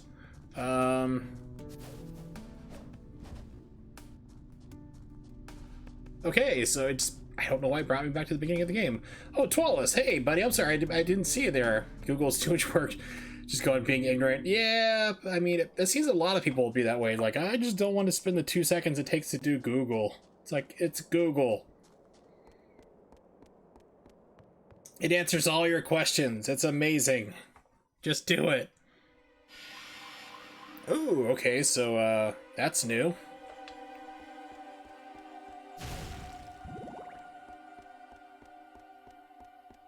It's like we have all the amazing technology that fits in our pocket, that has access to all the wealth of humankind throughout the ages up to date. So we can be the most informed people on the planet, and we just use them to watch cat videos and yell crazy shit online on Twitter about our political alignments. Oh god, don't tell me that's a Rachel Ray. Oh god. How to Make Smoky Salsa by Rachel. Oh, okay, we gotta take a detour and watch this. We have to. There's no way I'm not doing this now. Alright, volume mixer, kill PlayStation 2, pause it. Okay, let's bring up, make sure preview's fine. 720p should be fine for this. We're going to do desktop. Minimize. Get rid of that. Okay. This is a beef and chorizo, spicy beef and chorizo. This is gonna be horrific. This is a beef and chorizo, spicy beef and chorizo patty. It's like she's putting it on top of crab. Is a charred tomato salsa. So I have an entire... Hold on a second. I gotta turn up. I can barely hear it on my end of my headphones. bulb or head of garlic. We cut the end off, not the root end. We want to expose all the cloves. Please tell me you're baking that. I have some non-aerosol spray olive oil. Why did you do that? Make a mess. Tomatoes, just use real olive oil and just dump it in there. But they're not going to have a ton of flavor. Good night, Peanut. Hopefully you're doing well. Their game when it Miss comes you. to the flavor that they do have to offer. So I quartered them, threw them on a lined, I just lined this with a little bit of foil. You can use parchment for easier cleanup. Now, when it comes to the chili peppers, if you want to cut back on the heat in a chili pepper, you would have it and remove all of the insides. You should probably put on gloves, too. Where the heat lives in chilies, so this makes this a lot milder. It's not just the seeds, it's actually the white membrane inside, and that will basically, it depends on the jalapeno itself. Some of them you can take them out and it like instantly neuters it all. Like my dad can eat it and he thinks that like milk is spicy. You can like demembrane a jalapeno for some of them and he thinks it's like bell pepper. It's perfect. You get the taste and not the burn. Other times it's just like all throughout the flesh. If you de-seed and demembrane it, you still get fire, or at least hot for most people. I eat habanero, so my hot scale is something different. But yeah, it's not really the seeds, it's the white membrane inside. And if you're messing around with peppers like this, please they're hard to find now because of the pandemic, but get yourself a pair of latex gloves or amyl nitrate gloves and put those on, because I have messed with peppers before in the past, washed my hands 4 times, scrubbed them like I'm going into surgery with Dawn soap, and then like touch my nose or my eyes and they still get lit up like I got maced. So disposable gloves, anytime something hot like that can get on the oil, just do those instead. Don't mess with it. Don't do what she's doing right now. And flavor. My husband and I love spicy food, so we leave the chilies whole and we just trim the stem away from the top and throw them on to the sheet pan. When it comes to the onion, a large white, yellow, or red onion, any of the 3 is fine. And all I do is quarter it or cut it into 6 wedges. Cut it into wedges with the root attached. Say, please take out the paper. Thank you. And peel off the outer layer. Thank you. Throw that on your baking sheet. Now we're going to spray down all of our ingredients with a little bit of the olive oil and season them up with salt and pepper. And then you're going to throw them again, rack in the middle of the oven, oven on broil, char them. Okay, instead of making a big mess spraying this stuff, she should just put it in a bowl with some olive oil, salt, pepper, mix it all together so everything is evenly coated. So you don't have to worry about this spray nonsense, which isn't going to really penetrate too well. You're just getting a fine mist that's going to burn off. If you have more liquid in there, it's going to stick on there and help roast and protect the pan, because you're going to have those tomatoes release a lot of juice. It's all going to burn. evenly. If you're leaving your peppers whole, give them a turn. Just getting olive oil everywhere. And then you have to take this mixture out and let it cool so you can handle it. Holy shit, that's a lot of salt. Okay, so now we're putting our charred onion, our charred tomatoes, our chilies, whole or seeded, all into our food processor. We're taking our cooled garlic and we're going to squish those cloves in as well. Yeah, I hope you depapered that. So the onions you probably should have cut into like 8s or 16s and knock them down, because you only have that small outside part like right here that's been charred and the rest of it's just still mostly raw. It's nitpicky, but I mean, yeah. Now we're going to add a little bit of cilantro. We're going to add a tiny bit, just a pinch of ground cinnamon. Oh god, that hurt my soul to hear. I was thinking, is that cumin? Oh no. Oh, that's like adding pumpkin spice to this. No, why cinnamon? Why on God's green earth would you put cinnamon in salsa? She does not have taste buds. She doesn't know what the hell cinnamon is. This highlights the flavor No. in this smoky sweet salsa. No, wrong. We're going to add in a little hot smoked paprika if you want extra spicy, sweet smoked paprika if you want less spicy. Why are you putting paprika in a salsa? Oh. Twallace, you're killing me, buddy. You're killing me. This is your fault. No. If you want smoky, put in some chipotle. Like chipotle peppers. That's basically ground up, like seasoning there is basically, it's smoked jalapenos is all it is. Smoked dehydrated jalapenos ground up. Gives you a kick to it, and it leaves some smoky flavors. If you just want the smoky itself, liquid smoke. It's basically condensation from hickory smoke burning, like in a smokehouse type deal, and that way you can get the smoky flavor in itself by like 2 or 3 drops all throughout. You don't have to worry about any extra heat if you're not wanting hot, but I mean, you already have like habaneros, or not, you don't have habaneros, you have jalapenos in there anyway. But no, God, oh, Jesus. Sprinkle of that really highlights that smoky flavor. A little Mexican oregano. That's fine. A drizzle of honey. I'm not sure why you'd add that in there. And the juice of a lime. Honey's not needed. And a little extra dash of salt there. Okay, away we go. And again, this keeps for weeks. Put it in a mason jar or a plastic food storage container. Leave it in the fridge. Great for snacking with chips. She's got great soup. For nachos. Done. Your salsa. Yeah, that looks like she put it on some kind of like crab meat. Crab meat with some kind of maybe provolone cheese, I think, underneath there, and some... No, that's pickled jalapenos. I was going to say that was a pickle itself, but those are just like jarred jalapenos. Oh, jeez. That kills me. That just... Congratulations, Twells, you broke me. That just... Cinnamon and paprika. Oh, holy crap. Yeah, exactly, Carmen. Cumin, yes. Yes, I mean, you could do that. But to put cinnamon in, oh my god, no. No. Okay, 12. Oh. Why?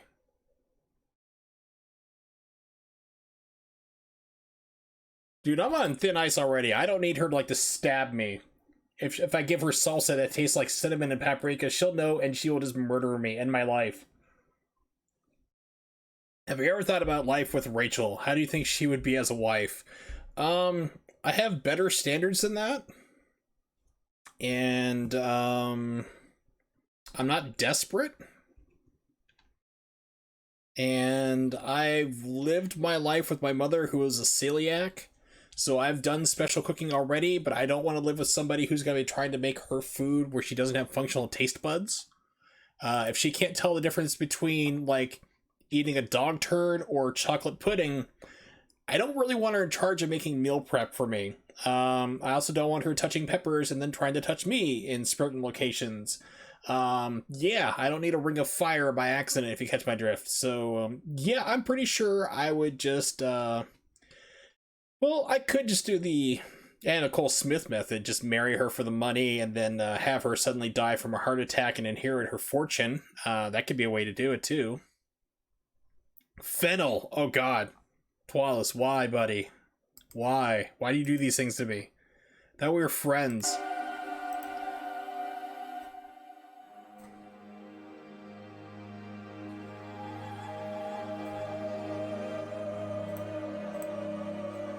Your wife understands the Anna Nicole Smith method?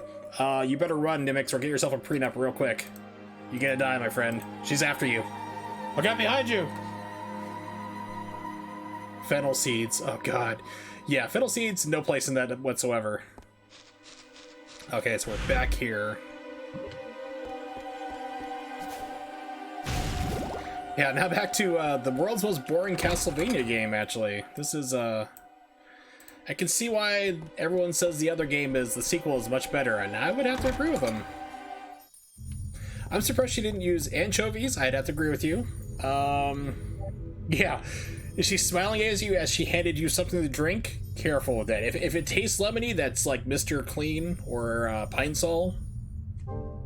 You know, it's not herbal tea. It's super cleansing, but you might want to be careful there.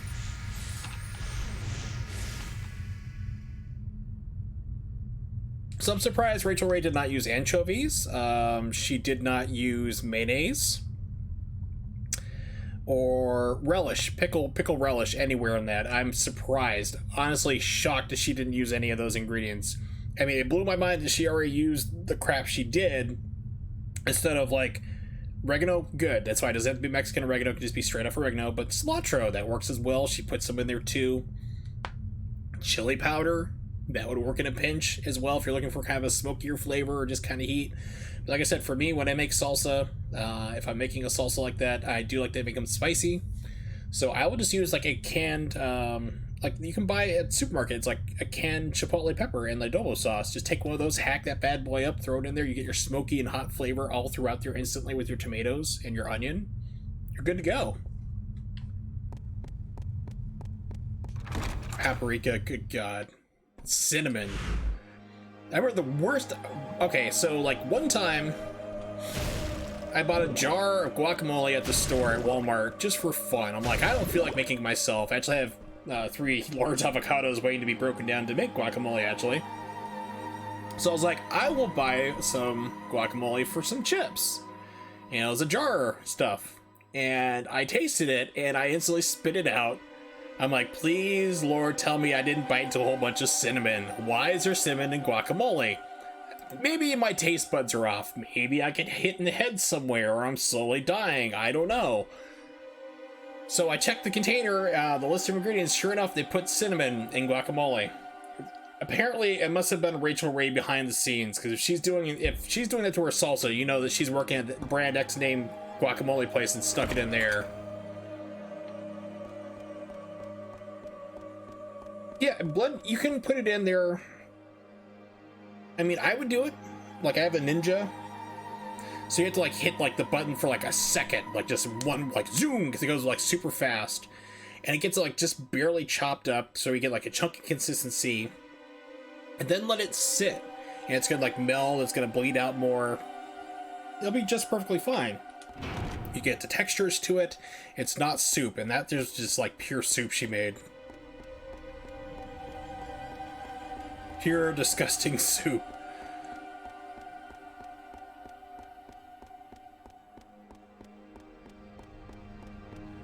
No, thank you.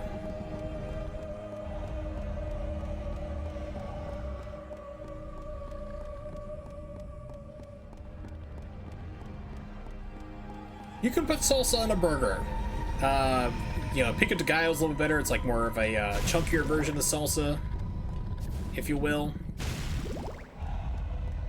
That can go good on it there, like with a good burger with some jalapeno or pepper jack cheese on top. Sliced jalapenos would be good. Pico, bam, you're good to go. If you want to really be cheeky about it, you can put some maybe like some chipotle mayo on there. Personally, I'm not a fan of it. I'm like, ugh, no thanks. But yeah, you don't watery anything on a burger. I mean, I played for you guys one time that sausage patty burger monstrosity. I played that video that actually had to make, it was on my college class. It was like I had to make a presentation on a topic, and I chose like why Rachel Ray should not be on television and not be allowed to cook, like teach people how to cook.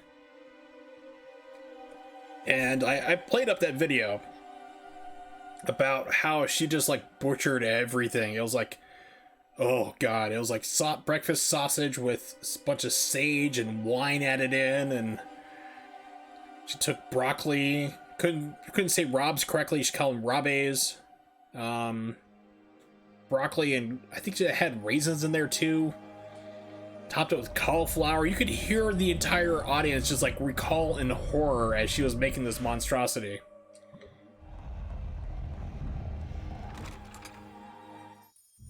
Yeah, one bite, you're gonna have not even shooting to your eyes or a date's eyes. It's just gonna end up on your plate. It's why when you're on a date, unless you have established a relationship, so if it's a blind date or first date, no, don't do this. Stay away from things that are gonna be messy, like, you know, definitely spaghetti, meatballs, things like that, unless you're in an Italian restaurant. Reminds me of a date I went on with ex-girlfriend. We're living in Boston, okay? And we decided, let's stop in this little Italian place, a little hole-in-the-wall Italian place to get some dinner. And so I'm sitting there, I can see access to the door. She's facing me. And I ordered like shrimp scampi, it was. And they must have brought me like 40 cloves of like garlic. It was just like, the dish was like 4 or 5 shrimp in a bowl. The rest of it's just made of pureed garlic and oil. I'm like, oh my god. And like maybe a little bit of linguine. I'm like, yeesh. Okay, I'm sleeping on the couch for the next week. It's like, no way she's gonna get close to me after this. It's like, we're living together. It's like, no way she's gonna no kissing, nothing. It's like, I'm on the couch. Well, what makes that place memorable is not only because they just served me pretty much garlic in a bowl, but in walks this mafioso wannabe with 2 floozies who look like they walked out of the 80s with their like half a can of Aquanet hair hair all done up there, purple outfits, you know, like these like feather boa shawls and stuff. It's ridiculous looking. And this guy walks in, slicked back hair. He's got to be like 5'3". He's wearing this like lime green, and I had my girlfriend at the time confirm to me that it was indeed lime neon green suit on. And I see this, I'm like, do not turn and laugh. I was like, do not turn around and laugh. Do not stare. If you fuck up, we're gonna die. It's like, this guy's like, it's like he looks funny, but this guy's like a mafia dude. We don't need to die. Just don't laugh. She's like, what? I'm like, don't look, don't laugh. So she turns around, looks, and just instantly turns back to me, turns bright red, and she's trying to contain her laughter. I'm like, I'm going to get killed by some mafioso greaseball wannabe in Boston. This is great. Perfect. This is how my life ends. Didn't think this was going to happen. I expected, you know, some kind of stupid industrial accident, but yeah, eventually he left. Apparently he just wanted his kickback for the week and left. He didn't stay to eat because we wouldn't have survived. We would have been murdered somewhere. So how did I get onto that? I don't know, but welcome to my stream. I go on tangents. Tangents and stories.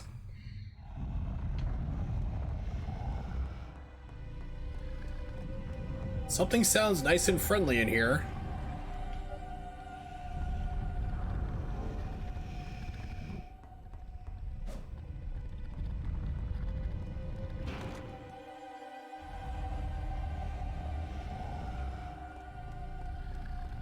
Okay, let's make this long trek back up. Oh boy.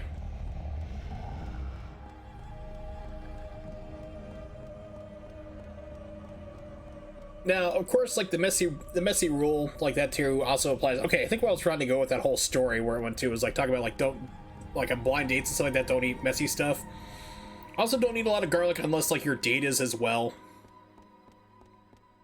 So the ex and I were at a pizza place. She ordered, and I was like, okay, it's like, I'll just like pick whatever pizza you want. And she ordered like a pesto pizza, so like full of garlic, full of basil, and it was just like, okay, perfect, fine. This is how we're both rocking garlic bread tonight, no problem.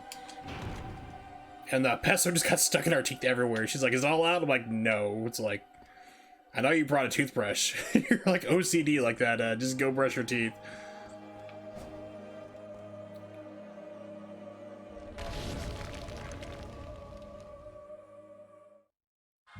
Oh, they weren't, especially in that mafioso place. Like I said, I literally was sleeping on the couch for like a week. It was like coming out of my pores. Also, what's up, Roddy? Oh, I recognize this music. You ever have that problem when you play too many video games, you hear game music, you're like, this is a jammer, it's like it's a slapper, as the kids say. And you don't remember what game it's from, but you just know it's a good one, you're like, oh crap. Oh, please don't. Please don't, Dwells, I beg you. Let's get home from work, there's a meeting, Panera is going to be selling pizzas starting next Monday. That's unique.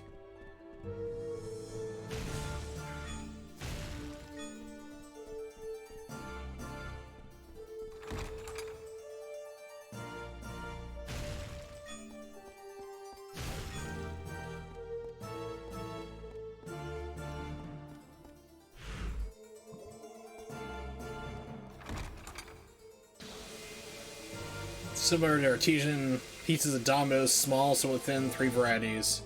So I'm like anticipating like a margarita style or something along that lines, you know. Maybe a classic Italian style. Chipotle chicken and bacon, cheese, and yep, margarita. There we go.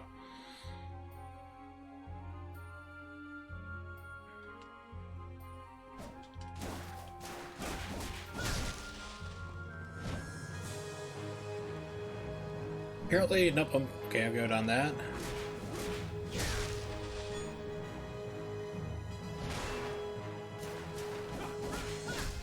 She says either black vinegar, or if you can't get black vinegar, use Worcestershire sauce. No, that is not a valid replacement for black vinegar. Black vinegar is kind of a weird thing for Chinese cooking. I have found some really good stuff, and I found some really rancid, terrible stuff, so it's kind of all over the place. Black vinegar should be... It shouldn't be like a vinegar at all. I don't like vinegar as a general rule. But black vinegar, a good one, is actually like very mild. It's got like a little spicy kick to it. It's almost like a soy sauce that's like spicy, is what the consistency you're looking for.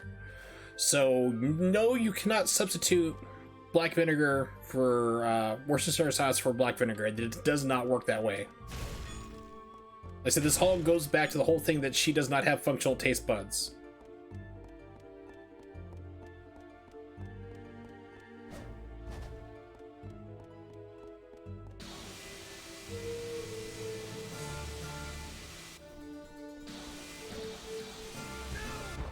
Wow, that's some kickback.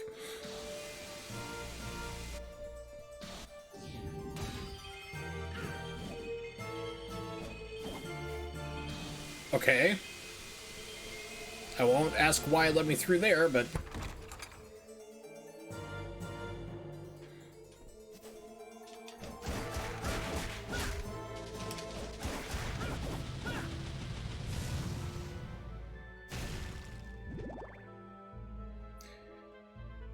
Yeah, I can't think of anything that would actually replace it, Ronnie. I really don't think of anything. I can't think of anything off the top of my head that would replicate that exactly.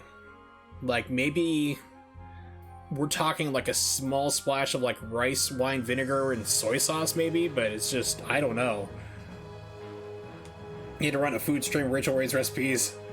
Oh, dude, I would track you down, Twelves, just to like make you stop. It's like, please don't spread her information anymore. We don't need this in the world. Crystal. I don't know what crystals do still, but I like this thing.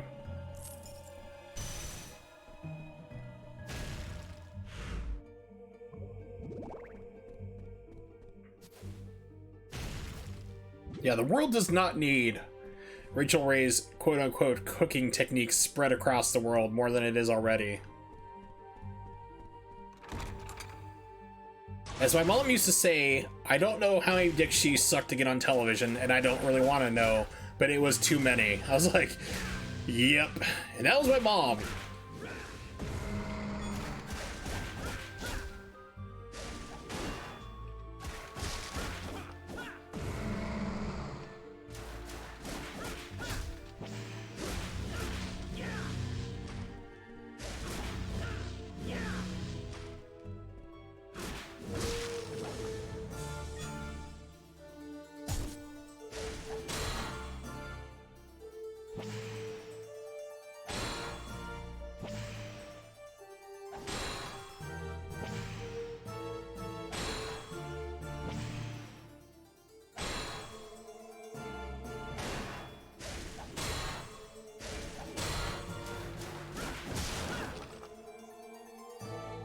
When you cook shrimp, it's supposed to be pink, right? Actually, I use raw shrimp. I don't use like pre-cooked shrimp. If you buy pre-cooked frozen shrimp, I don't recommend that at all. Stop it. It tends to taste and smell fishy because they boil in water and just throw it in a bag and like flash freeze it, so you have all that water trapped in there. It makes it oogie. Best word I can think of is oogie. Buy raw shrimp. Frozen is fine. Just defrost it in some water, warm water for like 20 minutes. Rinse them on cold water, take off the tails, and you're fine there. And when you cook it, it should turn white, is what it should do. Not really necessarily pink, but it'll turn white. If you've gotten to red, you've gone too far. Basically, you want to pull off, because shrimp cooks on a bell curve. If you take it like if it's too soon, it's raw, not good. Get to the top of the hump, it's perfectly done, and then if you go down it there, like on the downside of the hump or the curve, then it's overcooked in rubber, not good. So as soon as you see that it's not clear on either side, or like, especially if you have like thicker shrimp, like where the vein would be, please remove that, by the way. Then it should be done. Take it off the heat, because shrimp will carry over cook slightly. So if you take it off the heat there, if there's a bunch of them put in a bowl, they're going to carry over cook. They'll be just right.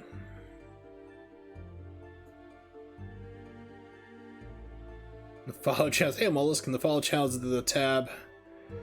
Castlevania lame. Well, they're not wrong, really. I've heard that the sequel to this game, well, let me pull that up here, Curse of Darkness was better. And this game is rather boring, to be honest. I was like, I'm a fan of Castlevania games, and this one I can see why it doesn't get a lot of play or respect.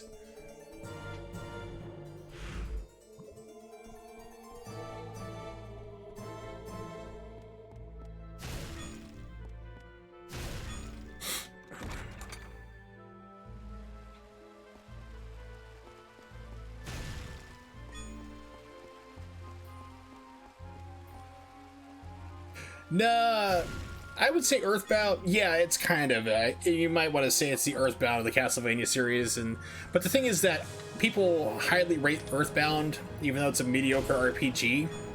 I don't think anyone's gonna say highly praise this game, to be honest.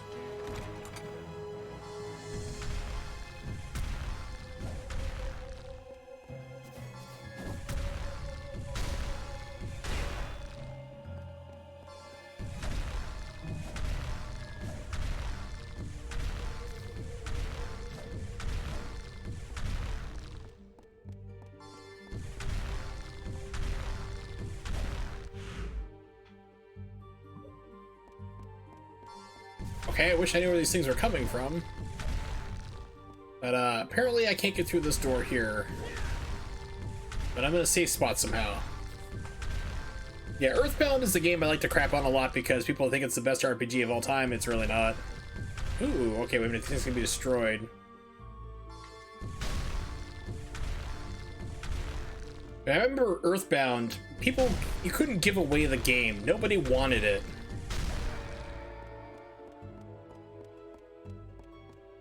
And then, like, for some reason, 25 years later, it's a $200 game. I remember walking into game stores around 2000 or so and seeing, like, 99 to 2000, no, not even that, like 98, even before that, like 97, 98, stacks of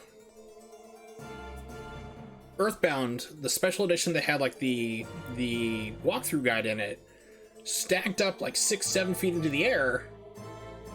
And they were marked down to like 10, like 15, 20 bucks. Nobody was taking them at all. You couldn't give these things away. It's not like it was a limited game or a limited manufacturer game like Mega Man X 2 and 3. Those were not high run games. They were limited numbers. Those command more of a higher price. That's understandable because there are physically rare copies. But Earthbound is common. It was almost as common as Super Mario World. It's like, oh my god, why? Rachel already burned her kitchen down? Oh, that's hilarious. I think her kitchen must have done it itself, like self-immolations, like, now she can't hurt us anymore if we burn ourselves down.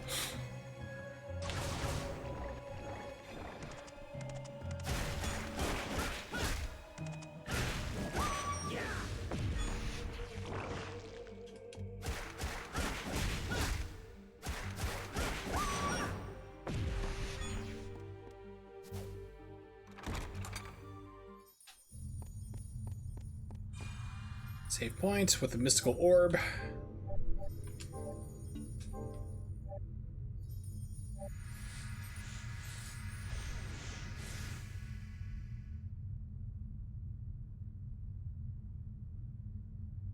Okay.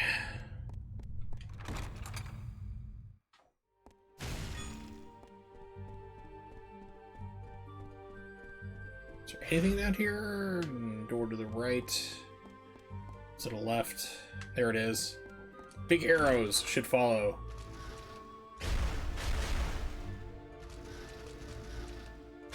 This looks like it won't be a problem whatsoever with limited view.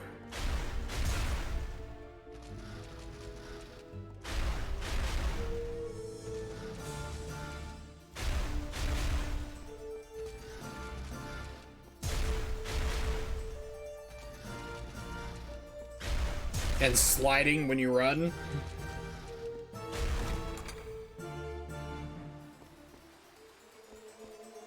Apparently it doesn't do too much damage to have giant spikes fall from the ceiling repeatedly on you.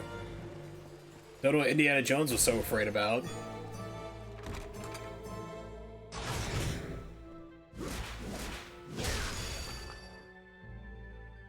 Okay, during quick step, guard, and X.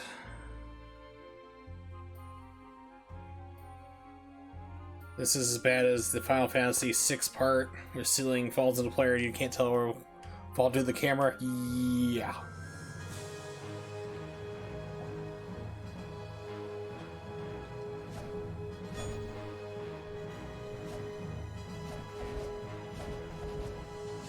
Okay, so I basically have extra evasion. Got it.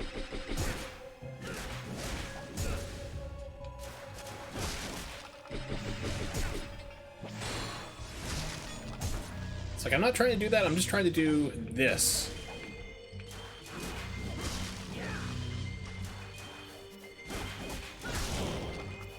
There we go.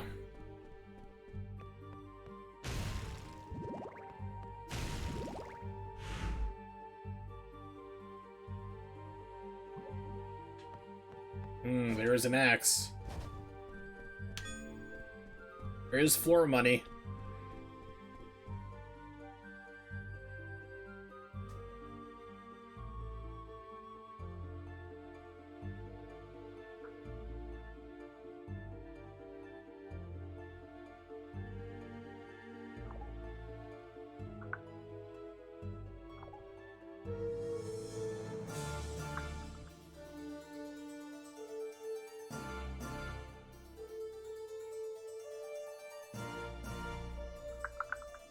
Alright, here we go.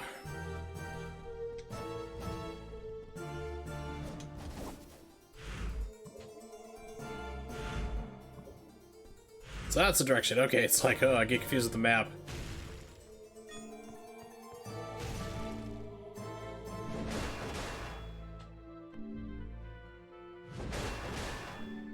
We'll keep the cross. You can always use some good religious iconography to hurl at your enemies.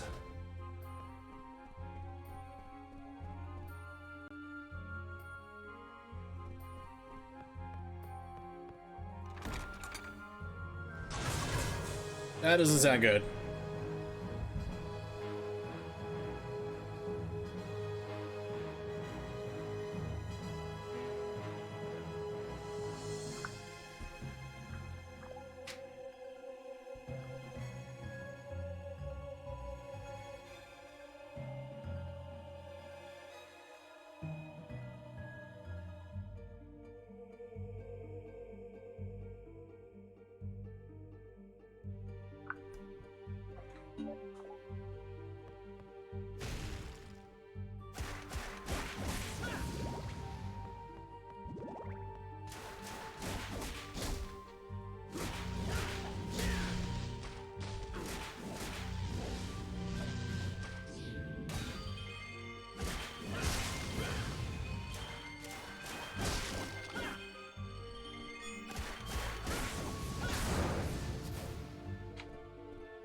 Pick up the money.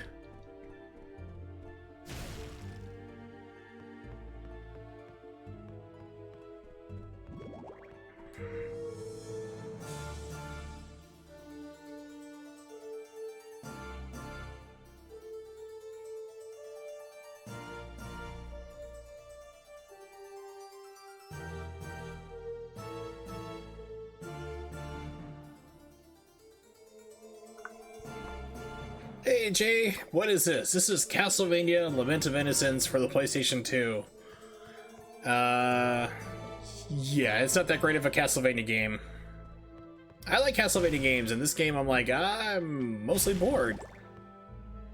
It's not the worst one ever made, no, not even close. Castlevania 64, those ones are pretty bad.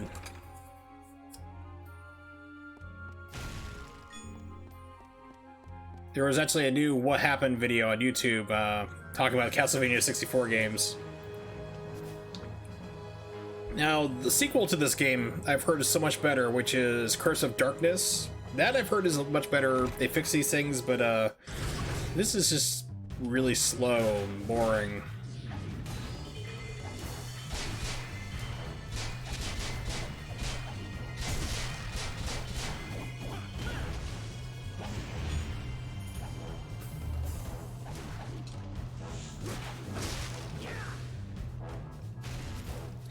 This is technically still like a Metroidvania, because you still have exploration. You know, because people forget like the original Castlevania games were linear fashions. They were linear deals. You had certain stages and that was that. You had like one or two variations you could do, like to pick a different route, like in Rondo of Blood. But yeah, this is still Metroidvania style, but what makes it really weird is you have like stats and stuff. Like you can level up apparently, but there's nothing that tells you when that happens.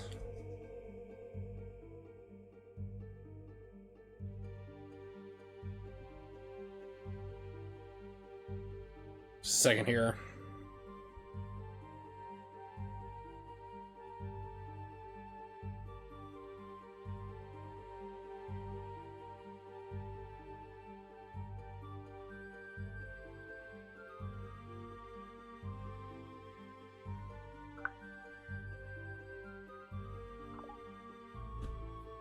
So yeah, so it's like you have RPG stuff here, like stats and so forth, but there's nothing telling you when you're going to upgrade as far as I'm aware of. I really don't know. I kind of went through the different parts here, but... And you apparently get different skills unlocked by doing certain things a certain amount of times, but there's nothing tells you what that is. So I was thinking like even games like Symphony of the Night, which had like minor RPG elements, would say, okay, you're like 200 experience points away from getting to your next level, and your life would go up, your heart count would go up, all this other stuff to go with it. This game doesn't really do any of that. It's like, it's just there, but it's all a mystery as to when it's going to unlock and what's going to happen.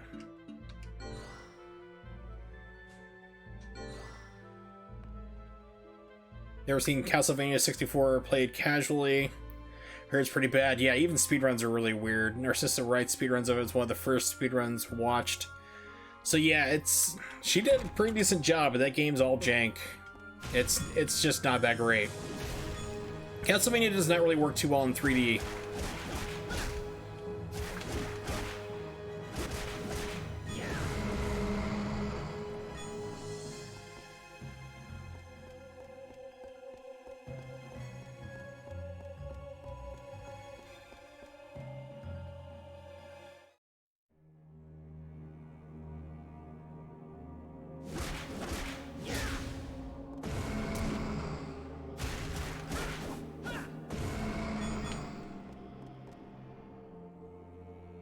Oh yeah, the speedruns, I mean, they kind of highlight how broken the game can get, just because it's just, you know, such a hard game to make, really, and they had production issues and programming problems with it. It was, like, very ambitious for what they wanted to do, and they just couldn't get it all in.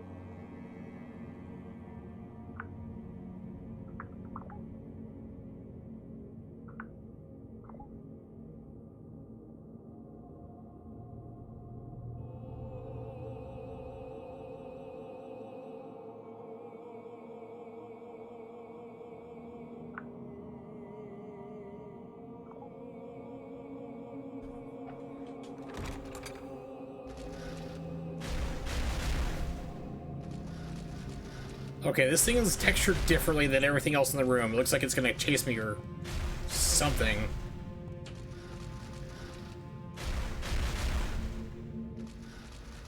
And you also do not have camera control either. I know that Curse was a... You know, remember, Curse of Darkness actually has camera control. You can move around, so you can see where you're going to. This one is dynamic camera. It moves just different ways. This is a permanent fixture. Go.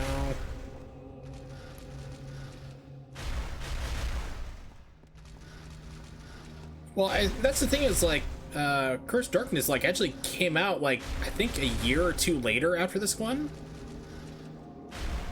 So it's not even, like, too far of a distance.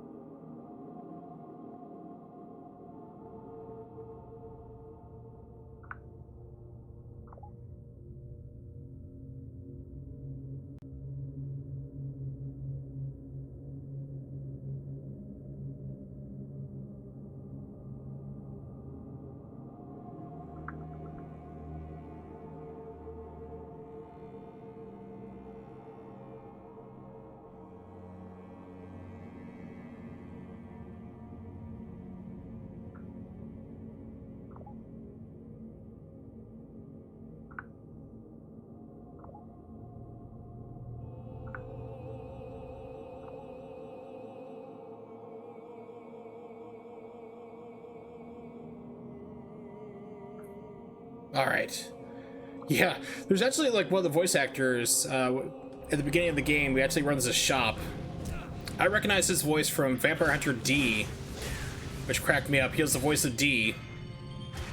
So he played a vampire in a dub, and then ended up later on in a vampire game. Whoa, what in the world is going on? Is that a glitch? No, this thing just rams into you. Okay.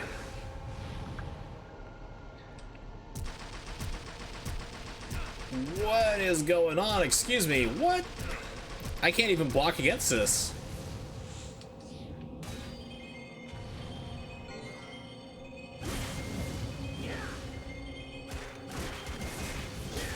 But basically he narrates stuff there, and I'm pretty sure he's also the voice actor who did the voice of Barry in Resident Evil, because it sounds just like you expect him to say, like, here, take this lockpick. You, the master of unlocking.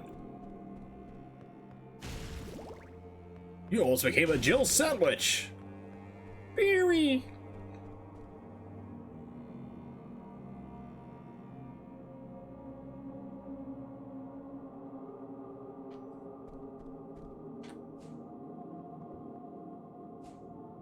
Select, that's what I need to do. Okay, so doors this way? No, other way.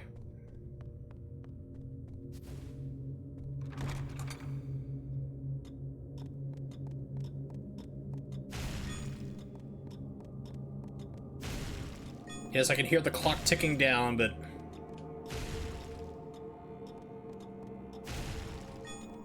Yes, I did. I highly recommend it. It is like a retelling of Castlevania 3 and little bit of, I know Curse of Darkness is in there too, but yeah, I thought it was great. I enjoyed it. Such a shame that it's like the episodes are like, the seasons are so short because the animation takes so long to do, but yeah, I recommend that to everybody. Oh, this is gonna be a nightmare. Limited view.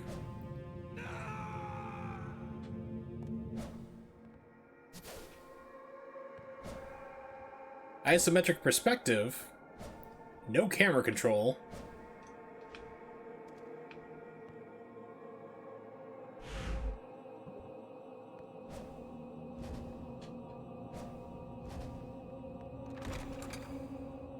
Yeah, season 4 is like 1 episode I have on my computer. Season 4 is like what? Season 1 was 4 episodes. I remember that. It was like a ridiculously low amount of episodes. Let's see. Anime folder. Yes, I have an anime folder. Castlevania. Season 1 was 4 episodes. Season 2 was 8. And Season 3 was 10. Dude, we've since I was like 5 years old. Yep, there's the Season 3.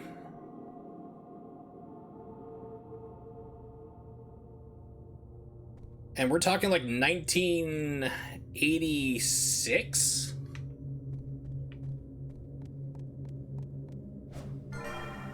Not like I grew up on Dragon Ball. It's like, no, I was like growing up on Vampire Hunter D, Nausicaa, Project Echo, Dominion Tank Police, old school stuff.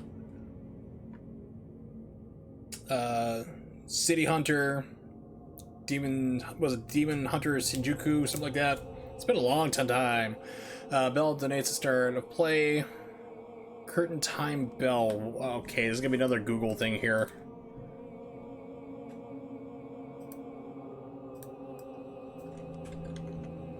Curtain Time Bell. It's required in order to summon the boss in the ghostly theater. Okay, so I'll have to use that later.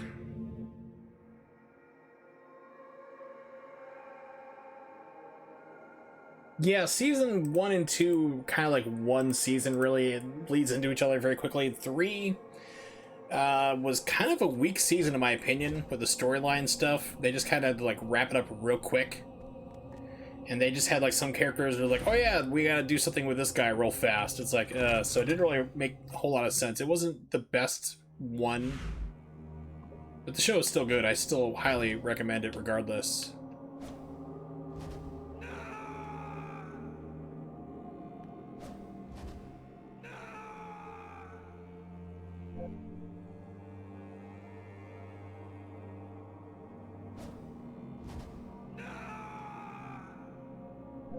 Okay, so I'm not losing health, at least. I'm dying. I'm sounding like I am, but I'm not.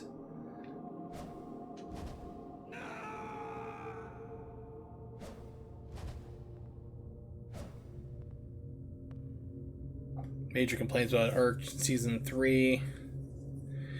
Yeah, I wouldn't spoil. I don't try not to spoil it myself for those who haven't seen it yet.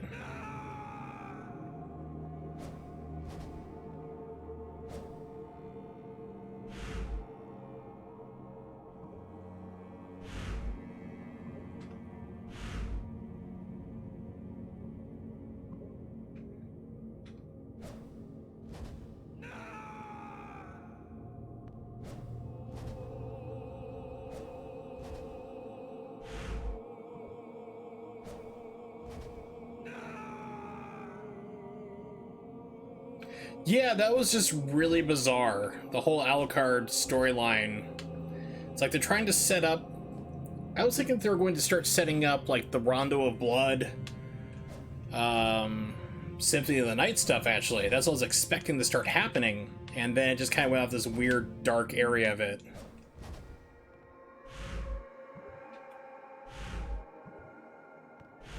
So that's the direction I need to go. Okay, let me get out.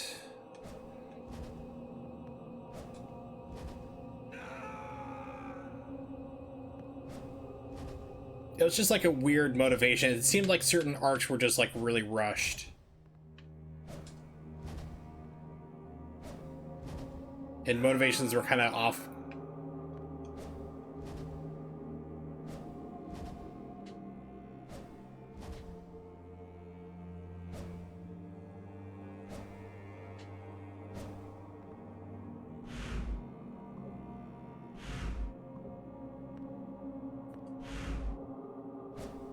Let me just go through here, so if I jump off and come back in through here, I'm at this spot instead, so I have to go all the way around again. There we go.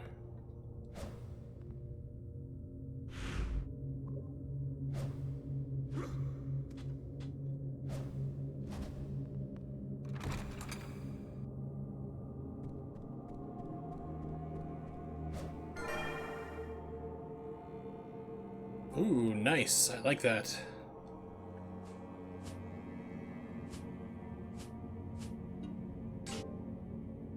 What does a blue orb do? I don't know, the game doesn't tell me.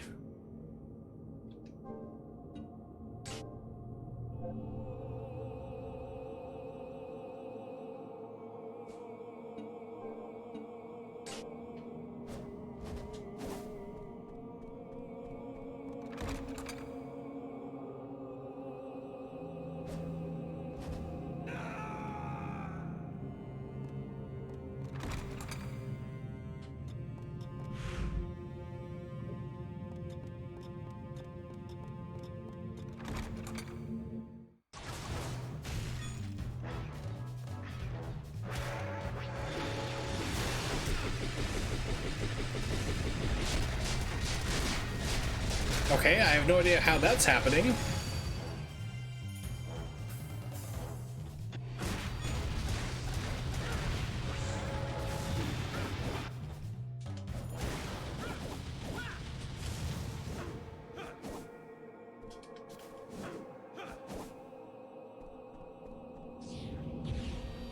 Yeah, how is... I'm guessing maybe the new accessory I got maybe does that? That's different. Well, yeah, before it was just like two crosses that was just flying around me, and then all of a sudden I'm having this big giant projection.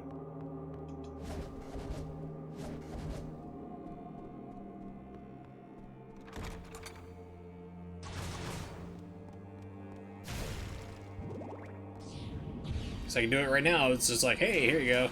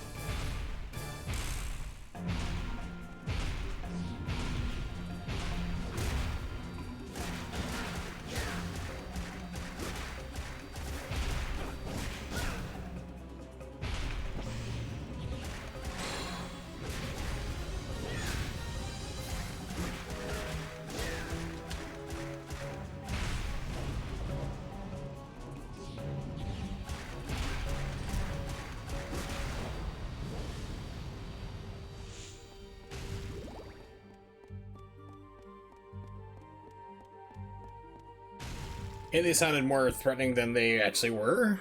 Seems to be like a theme for a lot of this game. So I'm trying to think what else I can do. Oh yeah! So I got an email yesterday from Elgato. It's hilarious. Let me pull it up here because I was on the phone with tech support like last week. And it just completely died like on the phone with them. So we did the dump where you basically have the Elgato hooked up to your computer. It pulls off the technical files and sends it off from the review. So apparently they got the files from tech support and said, "Oh, this thing's dead. We got to do another replacement." So I got a reply. Let's see if I can pull it up here.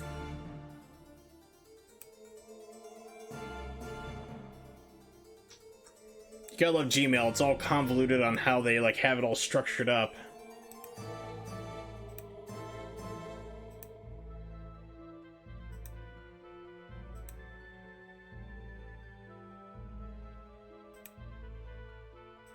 There we go. Yeah, so I got a reply back from a supervisor, the escalations manager. Sorry to hear about the continued issues with the capture card. It is exceptionally unusual for so many capture cards of such faults such as this. So they know it's broken. They've looked at the files themselves and said like, hey, it's unusual to have like so many cards have the same problem and break. So they know it's broken. I can process an RMA replacement for you, which is basically their code name for a replacement. However, please note that this is the absolute last time we will replace this product. Beyond this, we can offer no further replacement service for this item, though our team can still provide technical support if needed. You originally purchased this product back in November 2016. It is now nearly 2 years outside of its warranty period. We made exceptions and offered warranty service previously, despite the product outside of warranty coverage. Your return instructions will follow shortly. Eric, Corsair Escalations Manager.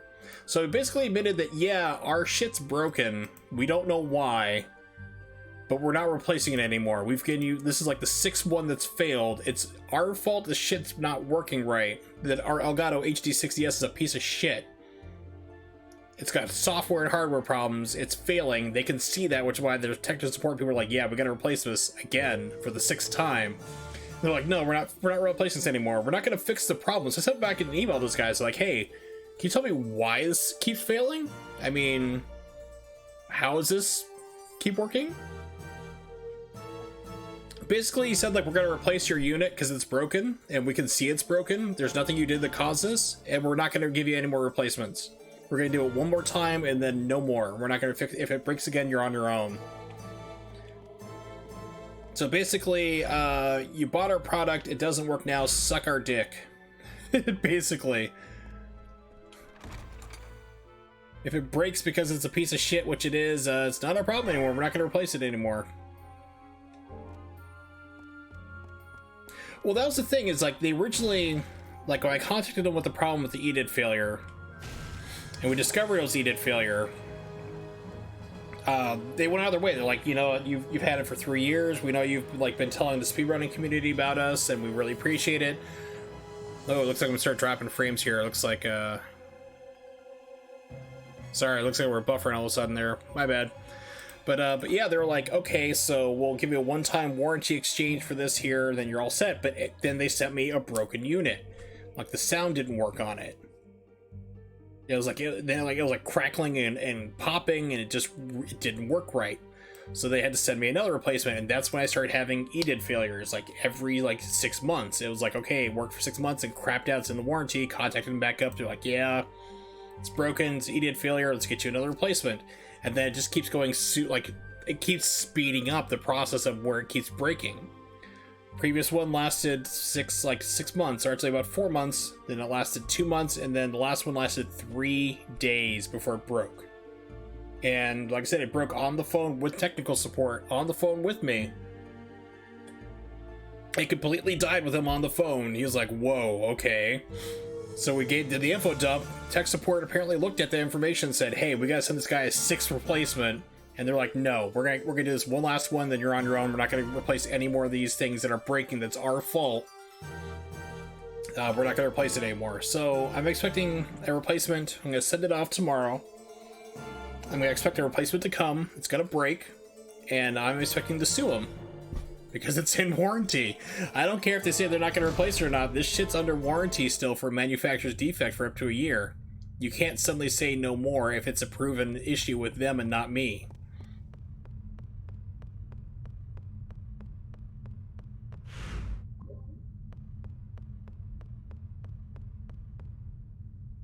So I'm wondering if I can ring the bell here.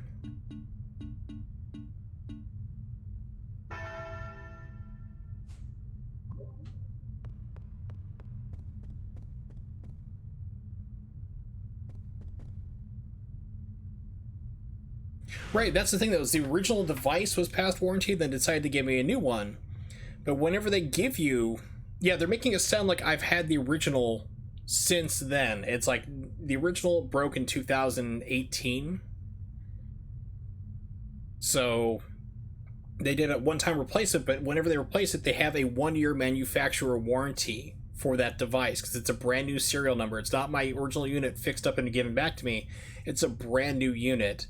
It has a 1-year manufacturer defect and warranty problem with it. So if something it breaks through internals, like through no fault of my own, like if I smash it with a hammer or throw it into a wall, that's my problem. They're not going to fix that. They're not going to replace it. But if the internals inside of it break, which they've been finding the coding is wrong and it keeps failing because they have a software issue they refuse to fix, then it's covered underneath United States law for 1 year for up to manufacturer's defects. And that's what keeps getting covered, and that's why they keep having to go through and send me more and more and more. But instead of admitting, hey, we got a problem with these units, because back in June, I finally got a supervisor to admit to me, having to fight him off for over a month on why I couldn't get a replacement, that they had 3,000 units, defective units coming back in that month. So they know they have a problem. So, but here's the thing, the guy's like, we're not going to do any more. This is not the original, but the thing is, I've kept every single email, so I have the original serial numbers and everything going back to the start. I can prove to them that this was initially replaced by them. It's still covered underneath these manufacturing defects for 1 year. They know that there's a problem that they were refusing to fix. There is so much that's just waiting for a lawsuit. It's insane.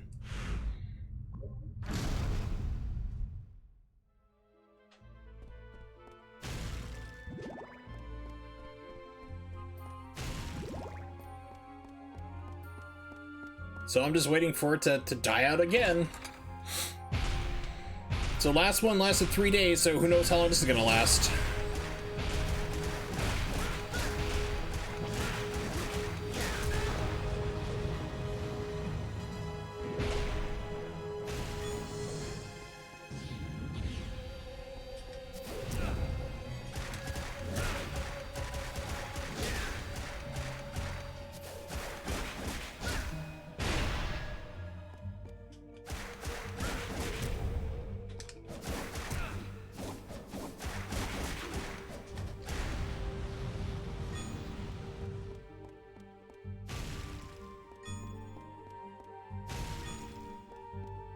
And that's the thing I've asked too, like, so I replied back to him like an email from the one, like the little snide, like, we're not gonna replace this anymore because it's our fault, but fuck you.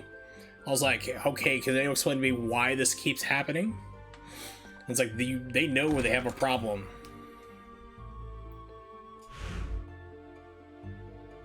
There is no avoiding it. Especially 1 month when you have 3,000 broken units come back defective to them. So, in a lawsuit, guess what? Those records get requested by a lawyer. So if they're claiming like, oh, well, he's had multiple replacements, and they can go, well, you know, yeah, because you've had 3,000 units replaced in 1 month. Why is that? Oh, it's defective units? Okay, is it all for the same problem that my client is experiencing? Yes. Well, why haven't you fixed this issue? Why are you trying to cut people off from doing lawful returns? It's like, they are in a position they are not going to be wanting to be in.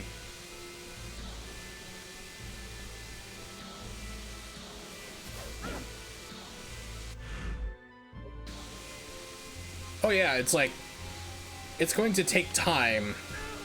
Wow, that is some hell of a kickback.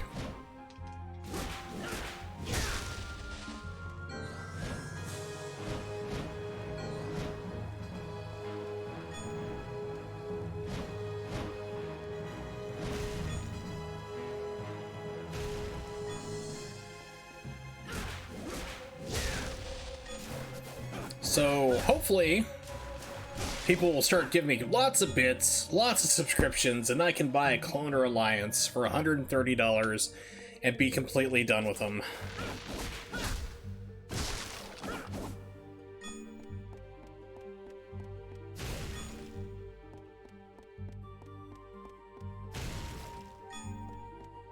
No, there's no problem with like setting precedent. Precedent's basically like if there's, you know, established procedures here for this, like showing that yes, this has been, you know, previous cases before.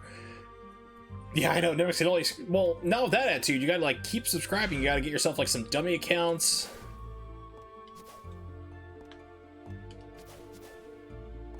Throw some bits in there so I get the payout rate. And subscribe harder.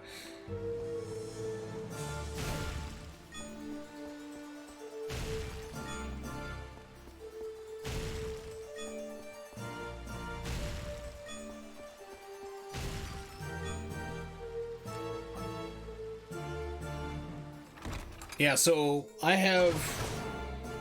know several prominent YouTubers in the retro community who have actually gone over and switched from Elgato because they were having the same problems I'm having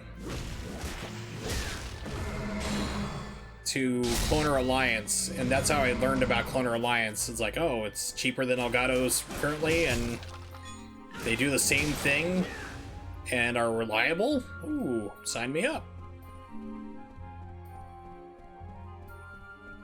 Yeah, Roxy's are not known for quality.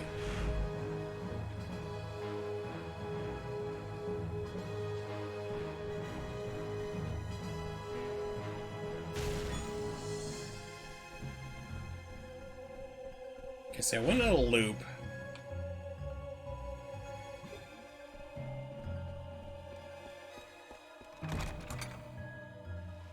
Well, that's the thing I like about Cloner Alliance, that there's no proprietary software at all. You don't need to install anything. You basically plug it in. If there's any drivers, Windows will automatically detect it, but it usually doesn't. And then you just use like something like OBS or XSplit or whatever Twitch's software that they have, and you're good to go. That's all you need.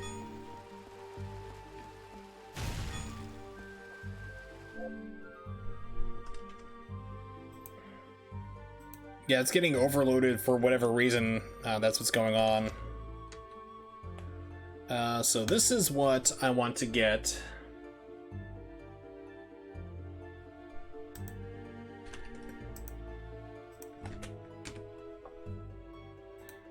That's what I want to use. There's no need to install any drivers. You can use any third-party software to capture or broadcast your videos. It's 1080p 60 uncompressed pass-through, or you can record directly onto it. Pardon me. USB 3.0, so there's no lag. Compatible with Android, you can plug it into a phone and use it. If you want to capture stuff like from a cell phone game, you can do that with this. Windows, Mac, and Linux. It's compatible with everything. It just works. It records, it does beautifully. So this is what I'm looking at. It's like $130.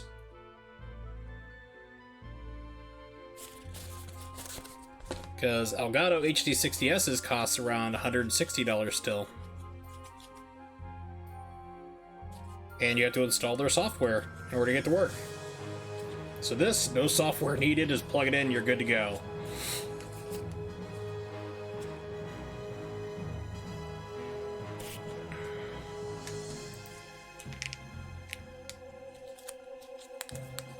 Yeah, I've heard of like people having to do that, like the same problem you're talking about, like the stuttering and everything else with AverMedia's.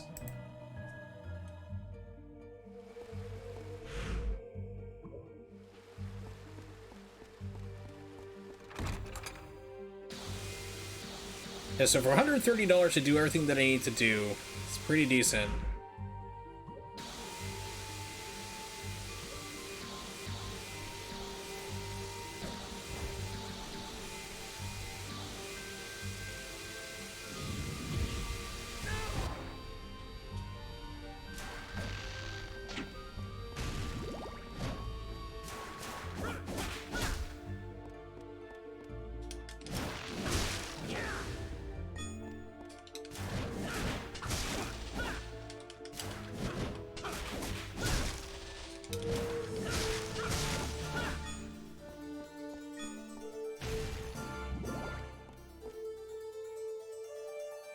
Yeah, especially if your PC dies, you're not buying a new capture card. You gotta focus on getting that PC done. 1060, it's still reasonable. I mean, that's why I splurged on like a 2070. I was like, I'm just gonna future-proof the hell out of this thing.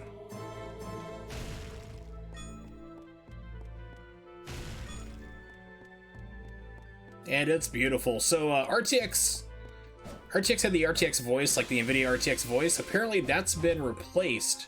They never told anybody or notified about it until I did Google search, like, hey, has this been placed out yet?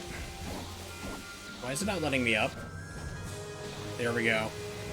So it's like, what is it called? NVIDIA Broadcast is a new version of the RTX that will basically remove out all like the background voice and button presses and clicks and all the other fun stuff.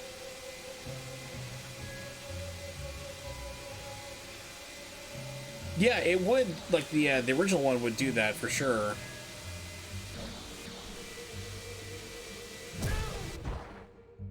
How do I get past these things?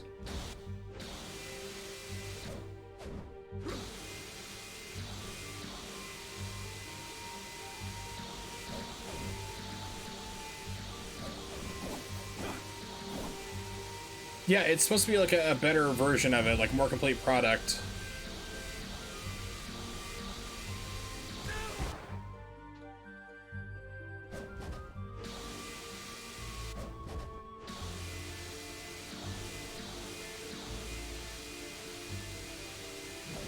Okay, so you have to face the beam. You can sidestep it, but this kickback, pushback is ridiculous.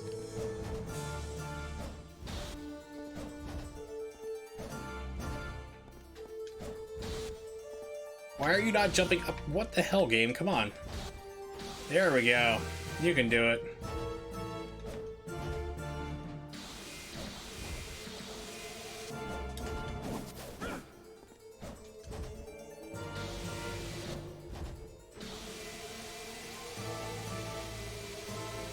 Uh-oh. You're getting spied on by everywhere. It's always cracked up when people are like, I want to maintain my privacy, and then they use things like Alexas in their house. I'm like, you are aware that's just a fancy listening device, right?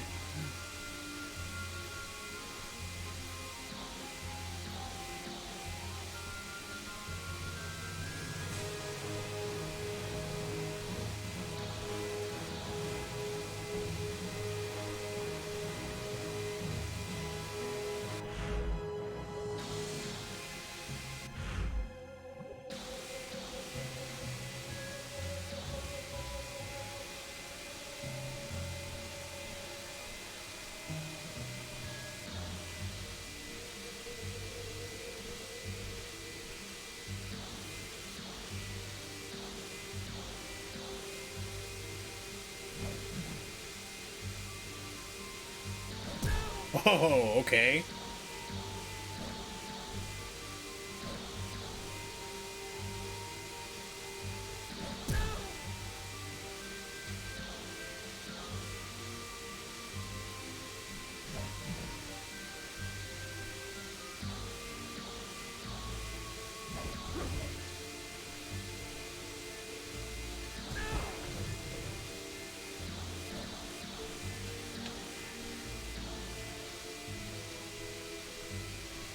Yeah, you have Alexa, yeah.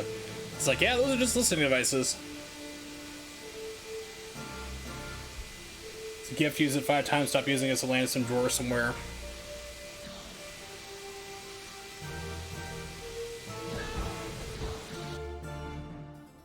Okay, so I'm trying to figure out, like, is like if you're blocking, you just start doing this. Like, you do side steps, but you can't. Maybe I can do some kind of side jump?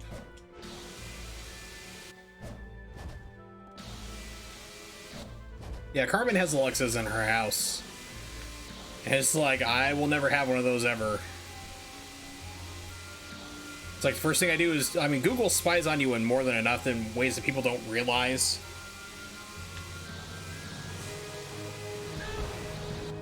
Jesus, I just hit the guard button and it knocked me over.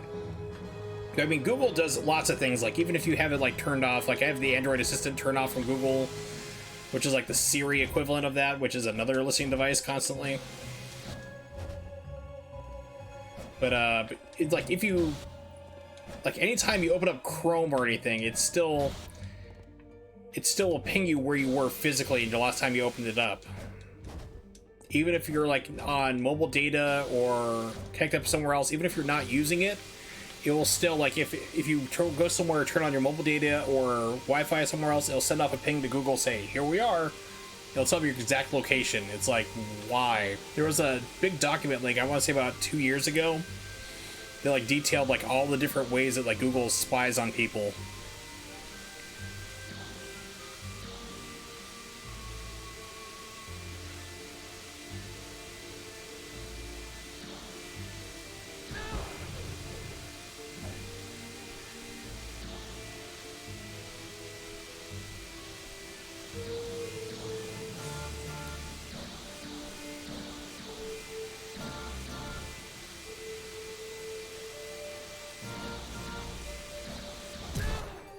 Okay, cool. I'm down here at least.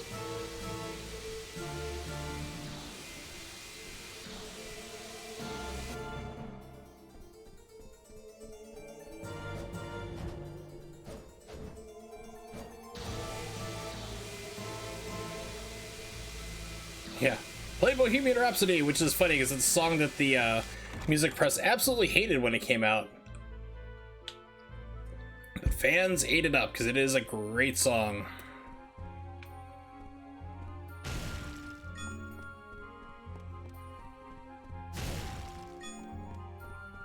The movie Bohemian Rhapsody, not so much.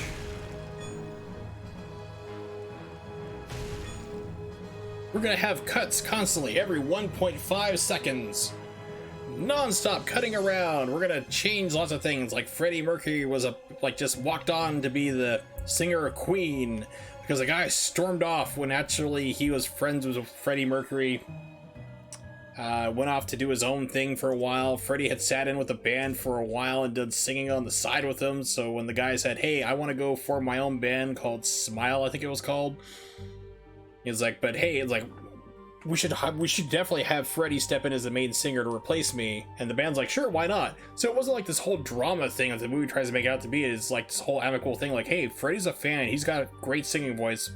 Let's have him be the new singer, and I'll go over here and do my other side project." And they're like, "Okay, no problem." And that was it. The movie is like, "No, we need drama. We need him to like just show off his singing skills and his really bad fake horse teeth dentures that Rami Malek had to wear for some bizarre reason."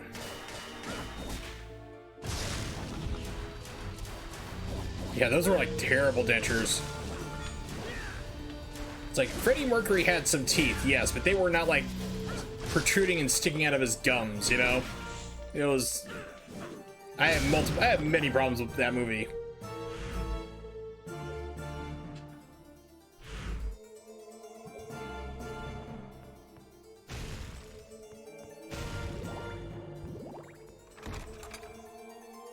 Then also the whole thing, like, let's get all back together. I'm spoiling history because it's actually happened.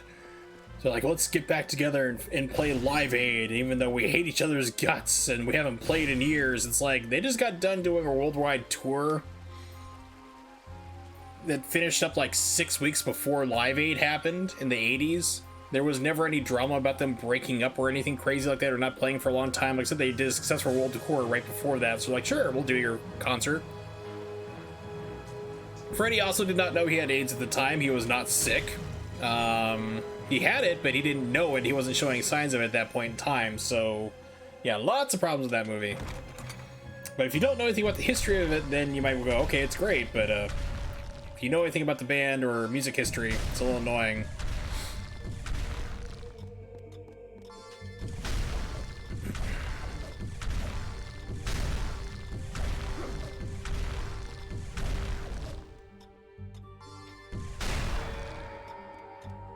It's like, trust me, you know, a lot of times the actual events are a lot more interesting than you think they are.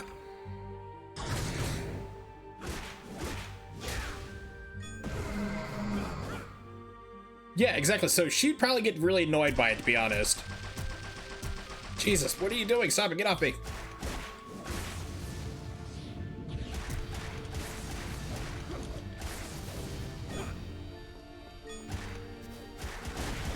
Well, good music knows no bounds, you know? I mean, she's not much older than I am, you know? I'm 39.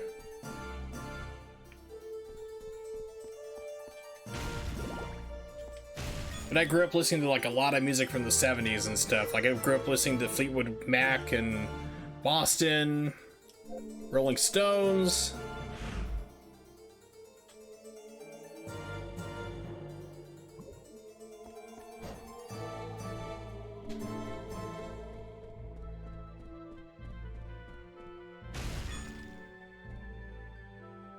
Oh, born in 44. I see. I thought you were saying like she's 44 years old. No, she's 76, and yeah, I mean, she lived through the music era. I mean, that was the popular jams at the time. Nobody likes New Kids on the Block. NKOTB. That's what they tried to rebrand themselves as. They're like, we're gonna rebrand ourselves as NKOTB. We're new and different and hardcore. And everybody laughed at him. It's like, your musical time is up, dude. Just let it go. It's like Hammer, MC Hammer, when he tried to be his hardcore gangster rapper. Nobody bought it.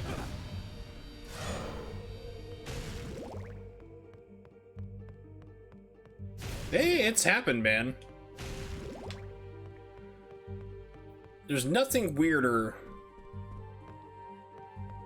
than working with somebody who is like 32 years old and they have a kid who's 16. It's like, holy shit.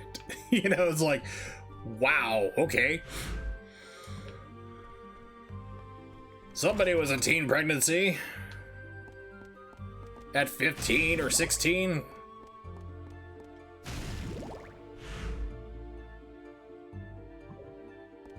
I'm just looking for like a save room. It's like, please.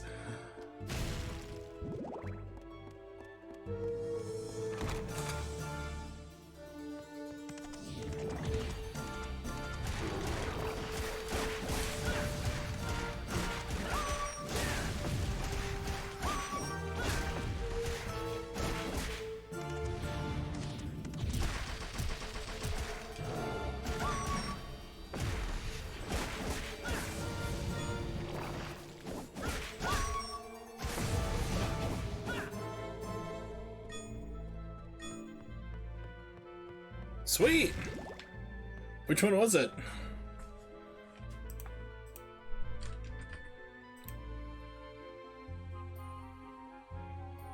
Oh, the Coleco version. Keto. You didn't know he did Tasses? Oh my. Yes, indeed, he is the Taskmaster.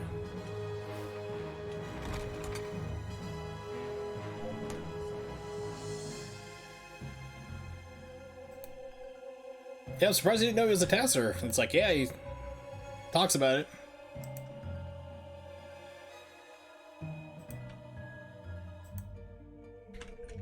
Here's the newest one he did. Coleco. Bam!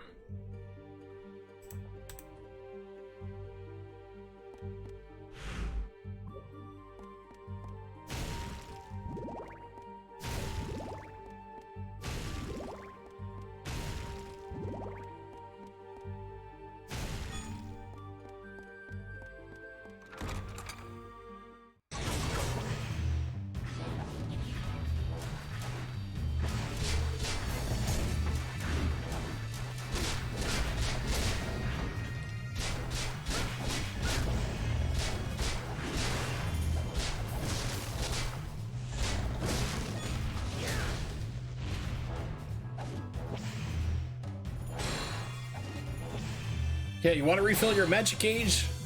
You gotta stand here and block stuff.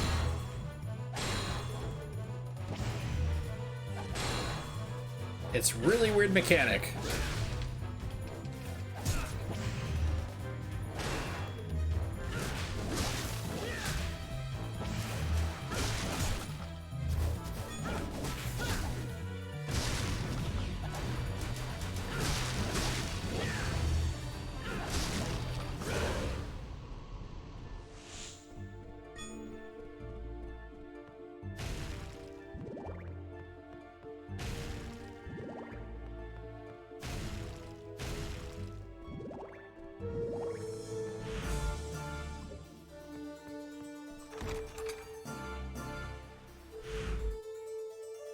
Okay, so it loops back.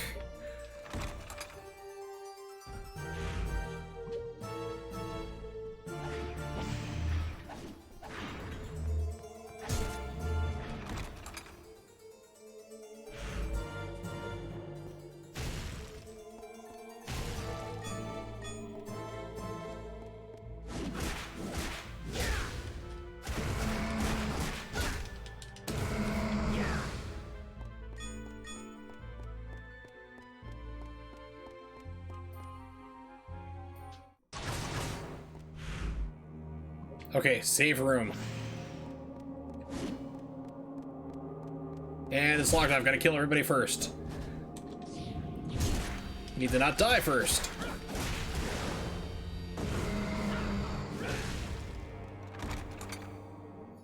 Yay! Finally! It's like, please don't die after all this nonsense.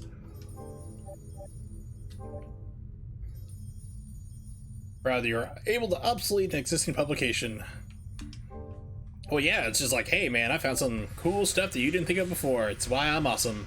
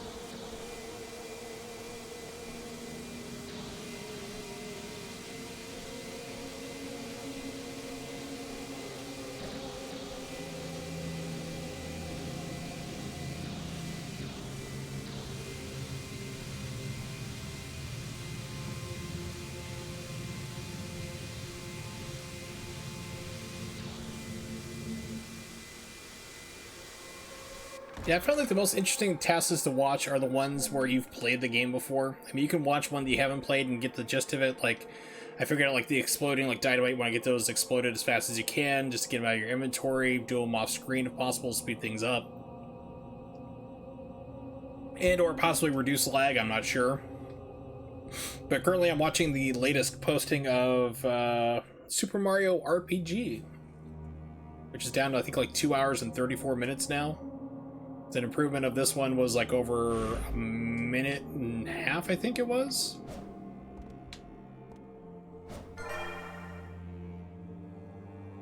Black Turtle Key. Key named after Black Holy Beast. Racist. Let's see.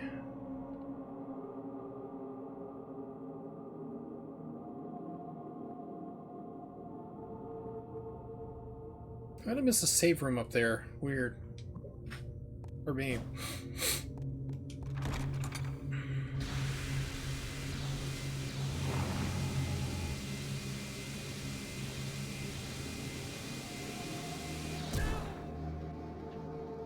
That was actually intentional. I was wanting to get down here. Mana Prism, whatever that does. Oh, this is nice. These guys are invulnerable to...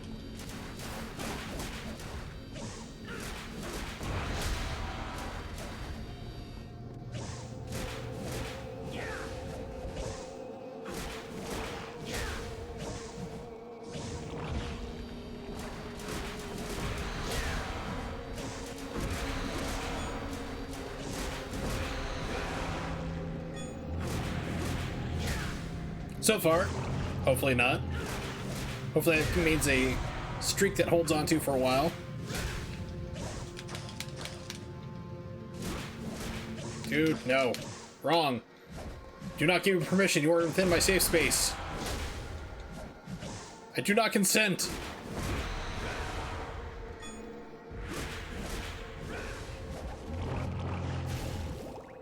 So I'm guessing these guys just spawn forever.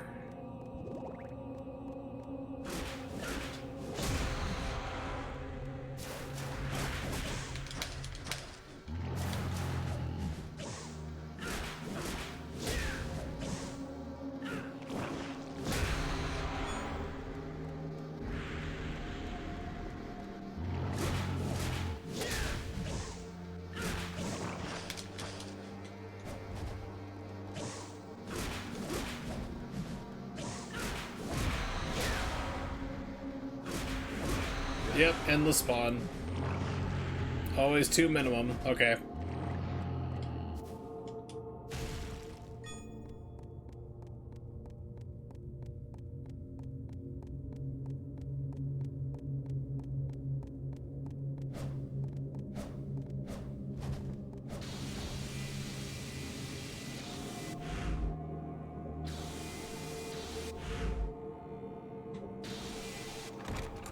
So this is where I want to go.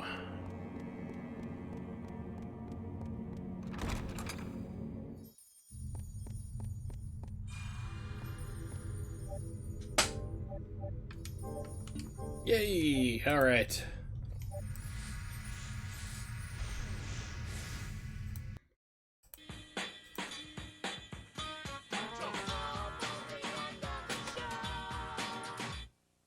Aha! Surprise ending! Yeah, you didn't see that coming there, but glad for everybody hanging out. I do appreciate it.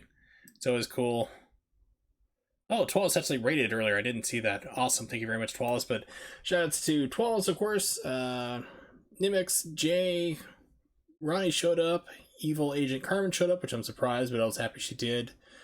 And I think that's it. And Mollusk. Yeah, Mollusk did as well. He dropped by 2. I'm scrolling back through all the lists to make sure. Hopefully I didn't miss anybody. Looks like we're all good. So thanks everybody for showing up. I do appreciate it, especially for playing this game here. Yes, gave you a real whiplash. Ha ha ha ha! Like the whip. But yeah, thanks for hanging out. I decided to play something a little different tonight. Not sure what I'll be doing. I actually wasn't planning on streaming because, yeah, relationship problems. We'll just keep it out there. Full disclosure, things aren't that great, but I'm not going to really go into it. But I do tend to play at 8 p.m. Eastern Standard Time on average. Tonight I wanted to go through and get some exercise in, so I had to start a little bit later. If you don't know what that is, just type into Google and tell you for wherever you are in the world.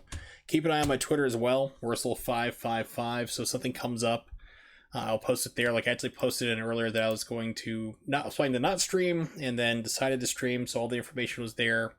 So keep up on that. So, do have a couple ideas for other streams to do. Could play another Castlevania game next time. I could do Curse of... what was it called here? Still can't remember. I've said it like multiple times today, but it just keeps slipping my mind. Castlevania Curse of Darkness, which is the sequel to Lament of Innocence, which I'll be playing today. It's supposed to be a better game by far. I'm thinking maybe I want to do some Dead Space. I love that game. Dead Space is great. Dead Space 1. I've never beat 2. I got mostly through the game, then my 360 died. Maybe do a day where I could do beat 'em up games, because there's actually a 10-player version of Final Fight out there made by a whole nut job, literally, but he's doing some pretty cool programming with the game. Maybe play the Sega beat 'em ups that have just come out, like the, what is it? Suitsa Kamurocho and canceled Golden Axe prototype. Play some of those, have some fun with that too. Do some shmups, like Sega Genesis shmups, which I'm terrible at, shooting games. Lots of different possibilities I can still do on the PC that we don't have access to with a capture card. Some other things to do as well, so we'll keep an eye out for it. If you have any suggestions, feel free to drop me a whisper or stop by on Twitter or whatever. It's all good. Jay, hopefully you were able to get into the Gymkata folder, which I discovered after I had posted the original link for it, that apparently Google had changed their sharing properties and automatically locked it for whatever reason. Even if you were sharing it, it's like, nope, it's locked. So I had to take that off, but it should be good now.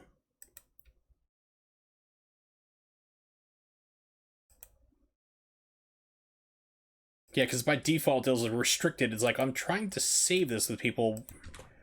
It's like, I'm trying to share it. Why would it be restricted? But that should work. Try that out real quick if you can. Let me know.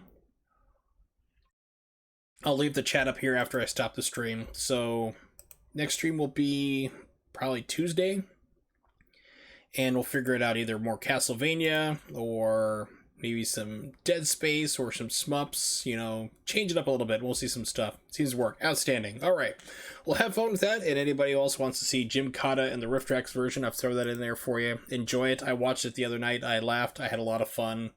But I'll see you on Tuesday with a mystery game. Later.